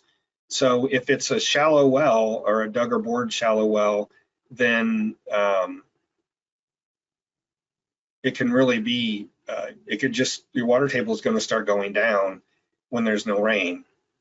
Eventually it's going to, you know, it could get below your well, and you're going to see less. And the other thing that happens, especially with an old dug well like the one I grew up on, when there's only a few feet of water in the well, even if you have your pump intake down fairly low, which you try not to put it on the bottom because there's all kind of sediment, you know, it's uncemented brick. So there's always a lot of sediment in the bottom, like you can really stir it up and it's just a mess. And so when you have less water in the well, in that situation, you're more likely to stir things up and start having a lot of solids come up in your pump and everything else as well. But on the other hand, if you have a deep drilled finished well, say in a confined aquifer, which means there's a layer on top of it that prevents flow, or at least reduces flow vertically, so it's probably under artesian pressure, sometimes you don't see any sign of drought. It's you know, it doesn't change what's going on there. The source may be hundreds of miles away where it's recharging in, and yeah, and if there are issues, it's just more likely because of additional pumpage, because it's more water is needed at the surface, like for irrigation. We have an aquifer here in central Illinois where during the drought of 2012 that we had here, so much water was being pulled out for irrigation during the summer that we saw water levels drop in our confined aquifer that's in Champaign County as much as 50 feet. But as soon as the pumpage stopped, because it's still under artesian pressure, water levels all came back up in the fall. And so it's just very different what's going on, and it's based on if there's interference from other wells and some of those things as well. So I wanted to show this because this gets at the heart of where you might have a problem. So this is the geology above bedrock in Champaign County, Illinois, where I live. And the big aquifer is called the Mahomet, which is the blue at the bottom. There's been 3 glaciations through Illinois, and those squiggly vertical lines are soil layers. After each glaciation, land formed, trees, grass, everything else, and then another glacier came along and filled in over top of it, and then the same thing happened. And so now our current land surface should have those little squigglies too. Those are organic soils, is why they're black, but all the blue are aquifers. So when you drill a well here, you could hit 1, 2, 3, 4 aquifers. Some are bigger, some are smaller, some have more extent laterally. And the big deep wells, like the public well that's shown here, are usually in the Mahomet because it's in places 200 feet thick and 12 miles wide, and there's more water than could ever be used basically from it in an area that, you know, isn't a huge metropolitan area, if you will. So, but it really matters is that there's no easy way for water to get from the surface down to the Mahomet. And so the recharge is estimated into the Mahomet Aquifer as a 1/4 inch a year versus the water in the Mackinac River Valley, which all the blue there isn't the river, it's actually the sand around the river, the alluvial sand from when glaciers melted and made that wide valley. The recharge might be 12 to 15 inches a year because it's sandy at the surface and a lot of it infiltrates. So it really matters where you're at, and the Mahomet would not show any influence from a drought that weren't at least 2 or 3 years long, probably. Now that's the case in Champaign County. As you move off, the elevation drops as you go west towards the Illinois River, and right before you get to the Illinois River, the Mahomet is actually at land surface. The elevation here is around 800 feet mean sea level, and the elevation at the river is 440 mean sea level. So there's a lot of influence from drought, if you will. And so you really need to understand where you're at, how deep your well is, what aquifer it's in, the extent of that aquifer, which the Mahomet's mapped. There's a lot of maps that you can look online and see where the Mahomet is and how buried it is. And it's a matter of finding someone like at a resource agency, either that house all the well logs, regulate community water supplies, the groundwater sections there, or at a state GS or USGS office who look at these things and understand glacial geology. They could explain that to you. And, you know, I've worked with a lot of different state agencies around the country, and I haven't ever found anyone who was really rude or didn't want to help, especially a homeowner who is interested in learning more about their well. And so I recommend you consider doing that if you want to learn more. And you know, we actually even have one of our webinars is all about finding local information, and we'll go through a bunch of examples in different states where I've went through and found all these resources that are available. And you know, if you're clever about how you look, you can probably find some information about aquifers in every state. I would venture to guess. I haven't looked in every state, but I would guess that there are. Well, you discuss how the topography surrounding the well may also contribute to the effects of drought flooding on private wells, in particular wells in rugged settings. Okay, so again, the location on the landscape is something that we've already talked about. But again, if you're on a hill and there's a depression anywhere in that area near your well, water's going to pond there, especially if there's a downpour. You have to think about it like I mentioned that town north of Champaign. That's an area that by the next day, all the water was gone. You know, it drained off, but so much water fell at one time, there was nowhere for it all to go. And so you need to look at it and from that perspective, that if there's so much water, so it's like somebody upstairs is pouring a giant bucket on your property, where's the water going to sit, or how fast can it run off? And so one of the best practices we've always recommended, and a lot of folks recommend to a well owner, is that you should mound the soil up around your well so that it's always running away from it, even if that's just a little berm that's only, you know, a 2 foot away from the well. But if that's higher, it's always going to run away, and it's going to help whenever something like that happens, so that it can't, you know, sit there and pond on your around your well. And again, same on the hillside. You know, go back to the well I grew up on. I don't think I'm showing that picture again, but it's really the same thing.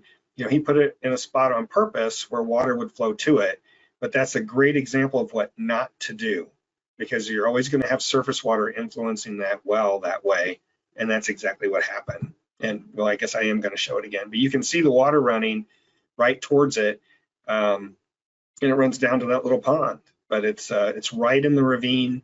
It's right in the low spot where water can run in from over. And you know, up on the hillside on the left out of the picture is a cornfield.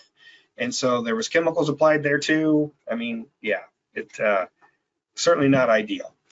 Okay, most clients ask about the impact on water quality drought or flooding has, and what are their options after cleaning their system where they continue to get positive results for the presence of E. coli and total coliform. So I started talking about this earlier.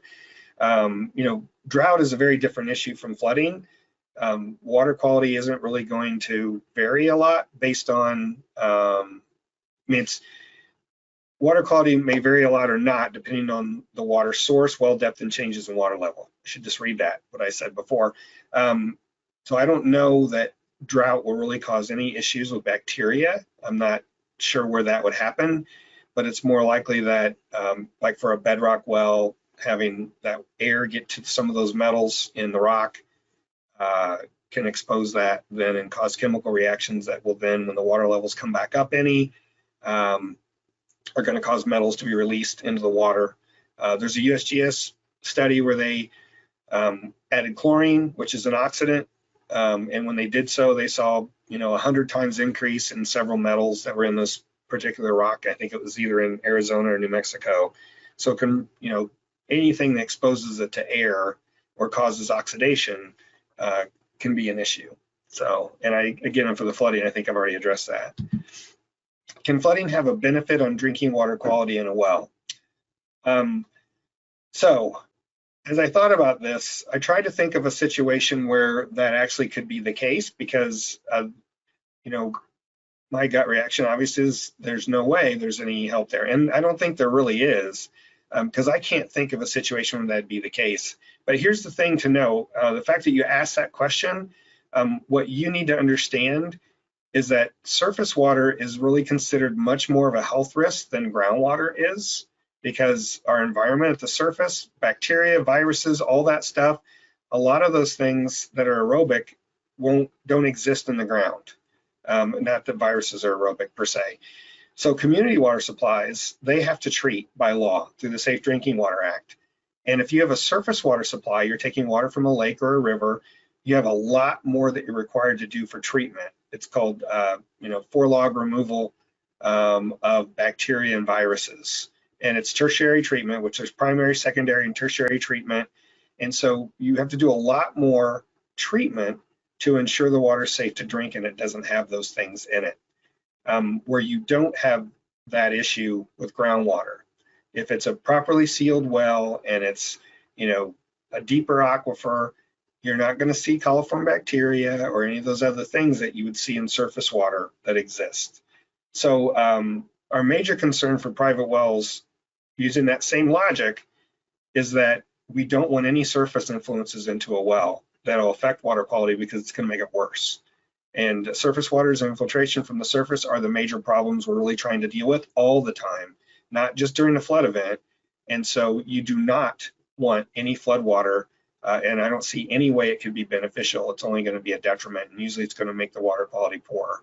I can't even think of a pristine situation where that's you're not going to have a risk of adding bacteria, just because if it's surface water, there's likely going to be bacteria in it no matter where it's at. My 2 cents there. Often local landowners claim little to no knowledge that the property they purchase is prone to flooding and balk at mitigation recommendations. And I took some of this out. It was a really long worded thing, and I didn't want it to all fit here. Are there any required reporting elements to these problems as pertains to sales purchase property? So for flooding, all the rules that I know of typically revolve around insurance, right? 100-year floodplain to get home insurance. If you build within one, they won't give you insurance. The whole FEMA program that our folks do in our CHAMP section, which is hazardous mapping work, but also now, and that's all in flux today, right? The insurance rules are changing. They're deciding not to even, if you're in an area that's prone to flooding or hurricanes, a lot of times they won't even give you insurance today. That's where we're headed. But I know of at least 4 states that require testing at home sale. New Jersey being the one doing it the longest, where you have to, by law, if you sell a home that has a well, you have to have it tested by a certified lab for this fairly long list of constituents. The results go to the state, the buyer, and the seller. and they're not publicly available. They map all that on a 2-mile grid so that you can see if there's natural water quality issues, and they get 13,000 samples a year from that, which is amazing, and they have great data for the state of New Jersey because of it. The only other required that I know is through HUD, FHA, and VA loans, which all use the HUD's housing guidance, which is some document called 4000.1. It's poorly written in one respect because there's some issues it doesn't address related to private wells.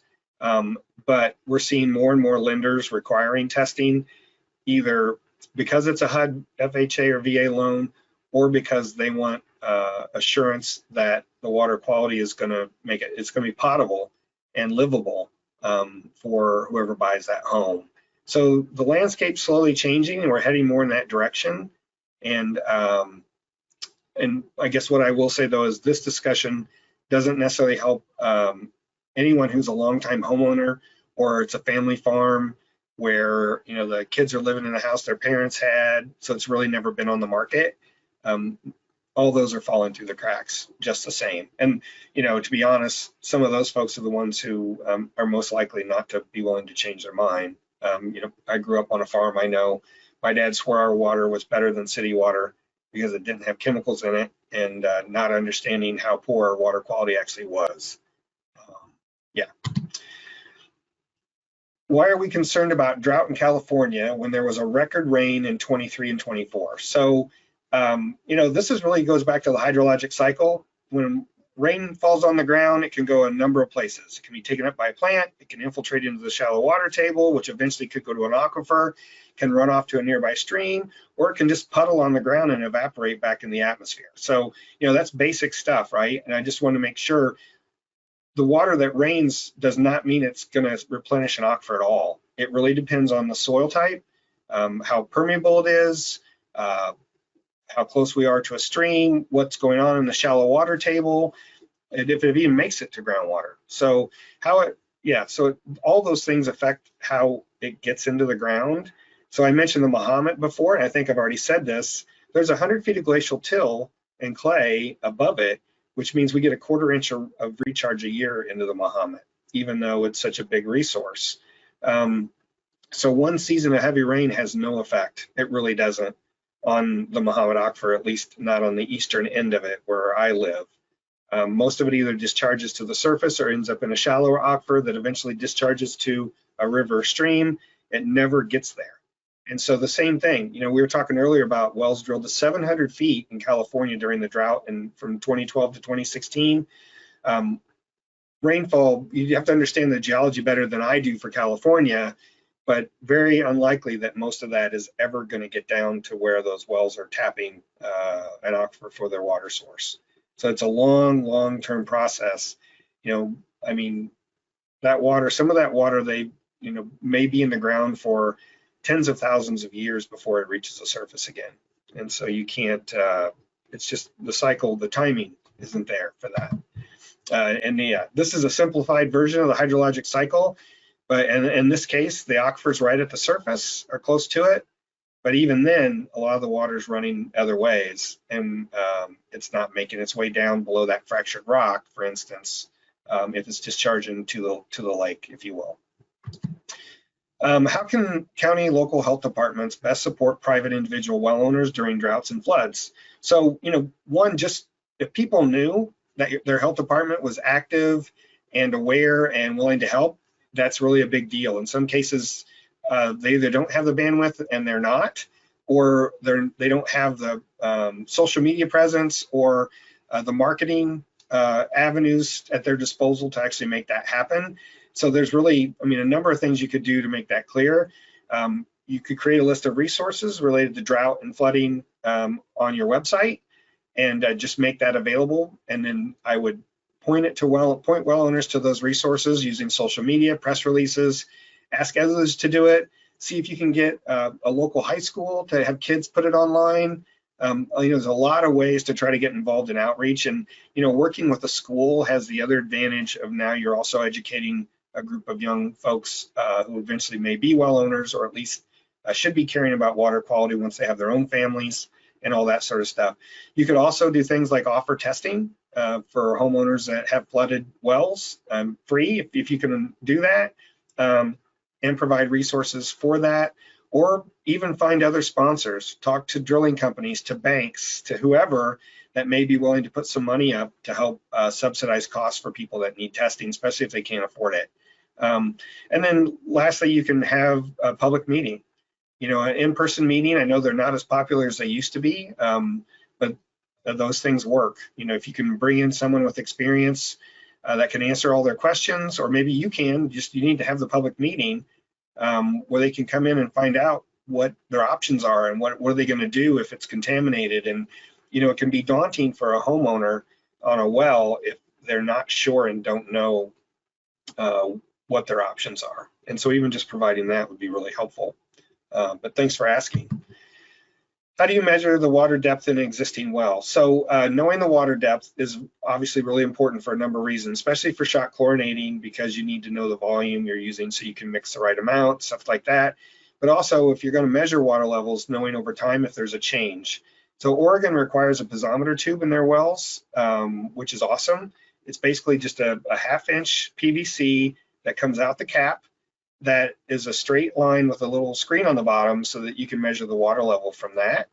I wish everyone did that, because it's, you know, everybody else has to take the cap off, and then you can drop something down to measure the depth of water, whether that is an electronic or electric drop line. That's what we use, or we use steel tapes. But the electric drop lines, I mean, they're really expensive for a homeowner.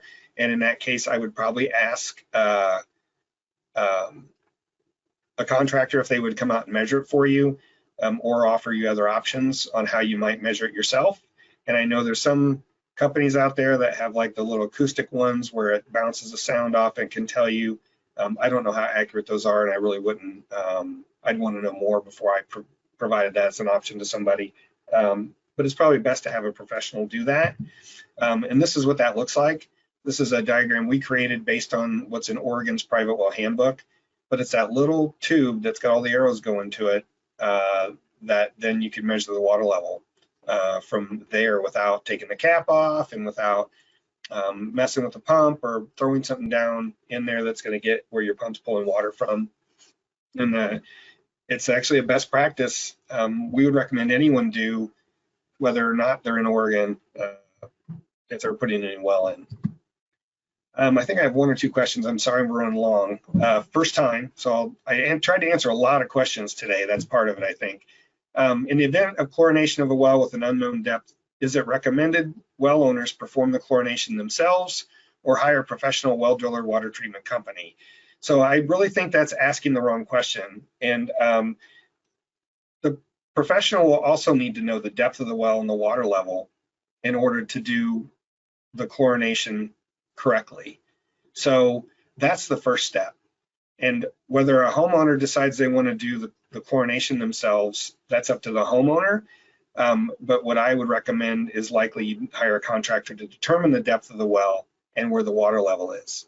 And then with that information, the homeowner can decide what they want to do. And I say that because, you know, I've been doing this for 36 years and I work with a lot of drillers. Some of them I call on for advice because they're awesome and amazing. I even have, you know, at our private well conference, I try to have a drillers panel because I think drillers need a voice and sometimes they don't have one. But on the other side of that, I've run into drillers who tell people to pour a cup of bleach down their well, straight bleach, 5%, and say if you do that once a month, you'll be fine. Or I also had a homeowner tell me that they hired a contractor to come out, a driller, to disinfect their well, and they wanted to watch with him. And that particular contractor admitted that he'd never done it before and had no idea how to do it properly. So that's the range that we get. And it's like in every other profession, you have some good, you have some bad, you have some who know more than others. And I'm not dishing the profession. I have a lot of respect for drillers. I spent a summer working on a rig. I understand what it is to be a well driller, and I support the industry as much as I can through NGWA. But at the same time, if I'm trying to give homeowners the best advice, what I'm going to tell them is what I put here. Regardless, I would tell the homeowner if they're going to do it themselves, to use the MDH guide that I showed earlier. If they're going to hire somebody, I would tell the homeowner to say, I want you to disinfect my well using this MDH guide, Minnesota Department of Health guide, and not to do it any other way. They may say, well, they may be able to convince them that if they really know what they're doing, that there's a better way. If they can, great. I don't think that's going to happen very often. I think most of the time, if we have one standard approach that we know works and it's thorough and it's something that a well owner can understand, then we're going to have a lot more success disinfecting our wells than when I have a well owner tell me that, oh, my driller told me just to put a couple bleach down my well once a month, it'd be fine. That is not fine. That actually causes contamination and does nothing to disinfect any bacteria or kill any bacteria that are in the well. And so, yeah, this is a loaded question, I felt, and it touches a nerve because of some of the things I've seen. And I try to draw that line between what's best for the homeowner and what's best for protecting. There are a lot of good drillers out there, but not everyone, just like not every groundwater hydrologist is really up to snuff as well either. And so with that, I know we're late. I'm going to pull off these other questions. And if you're willing to stick around, like I said, so will I. So this may be a little broad. Can you see that, Katie?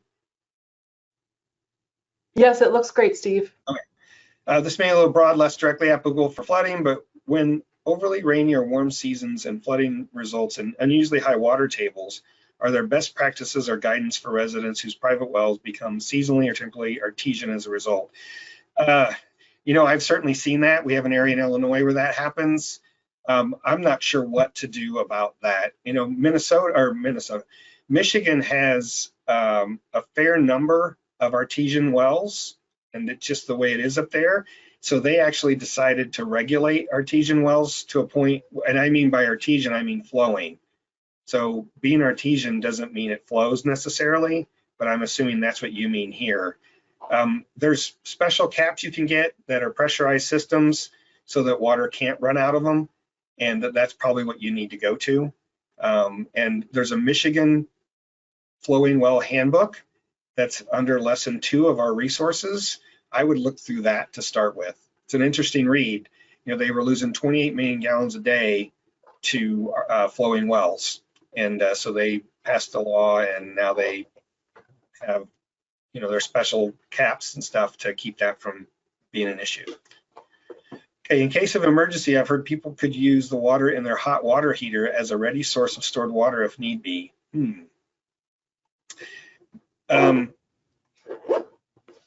I don't necessarily think that's true. I mean, I don't know enough about what can be in a hot water heater, but depending on the temperature you keep it at, there's certain bacteria that live at different temperatures. Drinking water with Legionella in it isn't a risk. You have to inhale it. But I know hot water lines can have Legionella in them, and not that it's, like I said, you have to inhale it for it to be a risk. It has to be in your lungs, but because Legionella can grow there, so can other bacteria. And I can't imagine, yeah, that hot water has metals issues. Again, I don't know enough about the water chemistry of a hot water heater to be sure, but I would think that's a bad idea. I would think it's much easier to keep some, soft plastic containers that you can fill up with your own water when you need that. Okay, so that's just my opinion. If somebody knows more, that'd be great if you would just even put it in the chat. I work for the Climate and Health Adaptation Program for the Michigan Department of Health and Human Services. You started with a discussion of climate change, and I'm wondering why you decided to do that. And if you do that in your programs directed at well owners, theoretically, you could just dive into well maintenance in relation to droughts and flooding without the discussion of climate change. So guessing that you or your team deliberated about including it, I'd be interested in hearing why you decided to.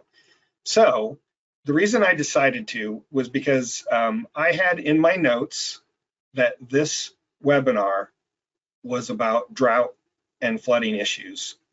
When I went back to the original contract with RCAP and the US EPA, it said well issues related to drought and flooding caused by climate change. And so I decided, no one else, to include that discussion.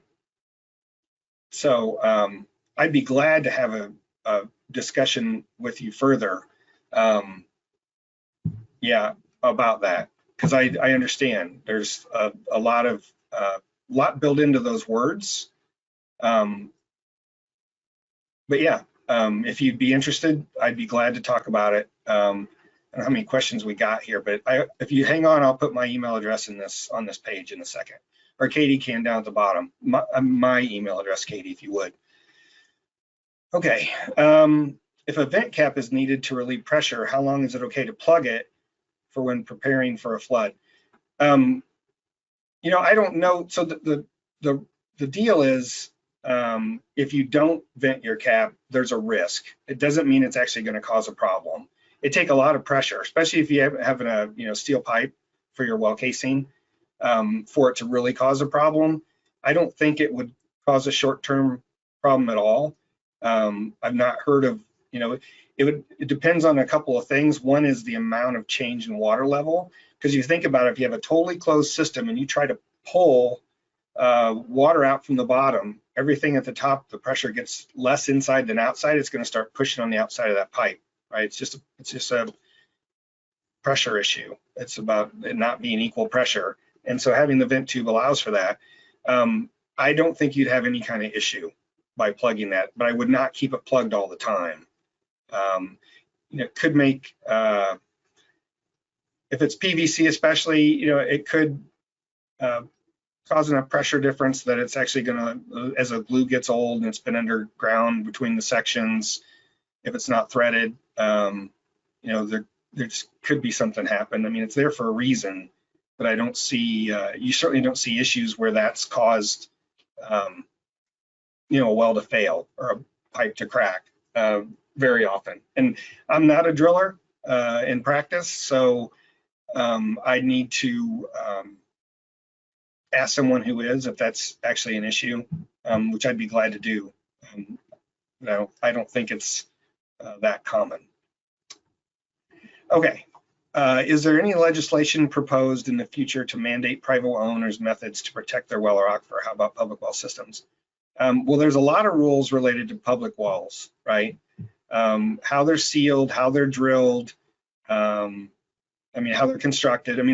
Most states have rules on how they're constructed for private wells as well. You have to use specific methods. You have to have a licensed driller. You have to use certain types of materials.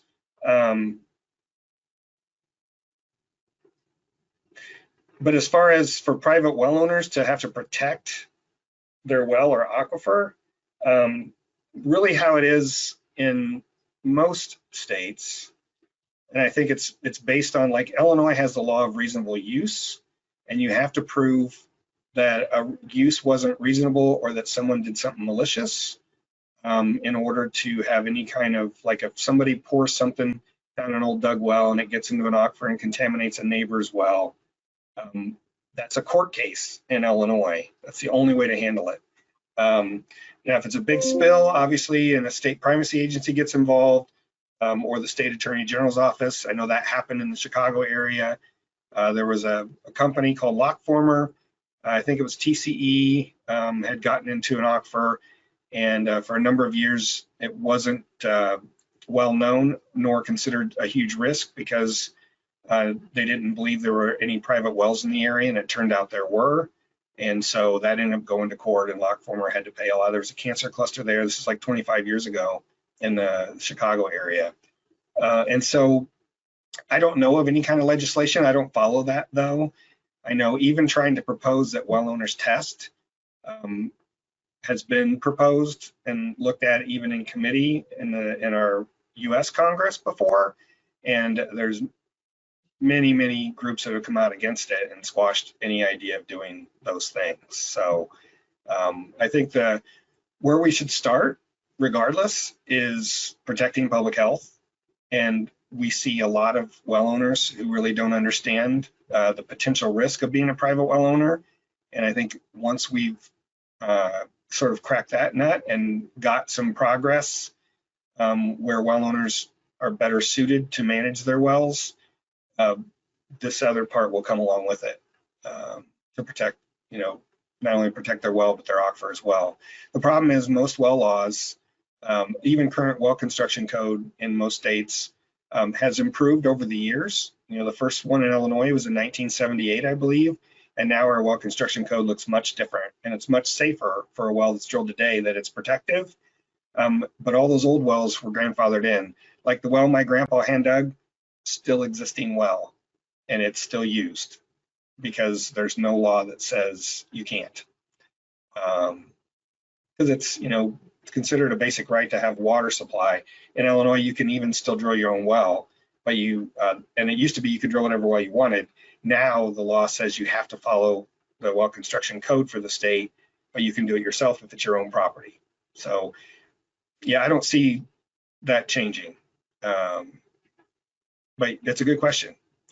There's my email address, and again, the one below it is for all of your anything else. I'm always accessible though. Feel free to contact me. Yeah, thank you for staying. I'm sorry it took 15 minutes longer than it was supposed to, but it was a good discussion, I think. So thank you all for attending, and have a great rest of your day.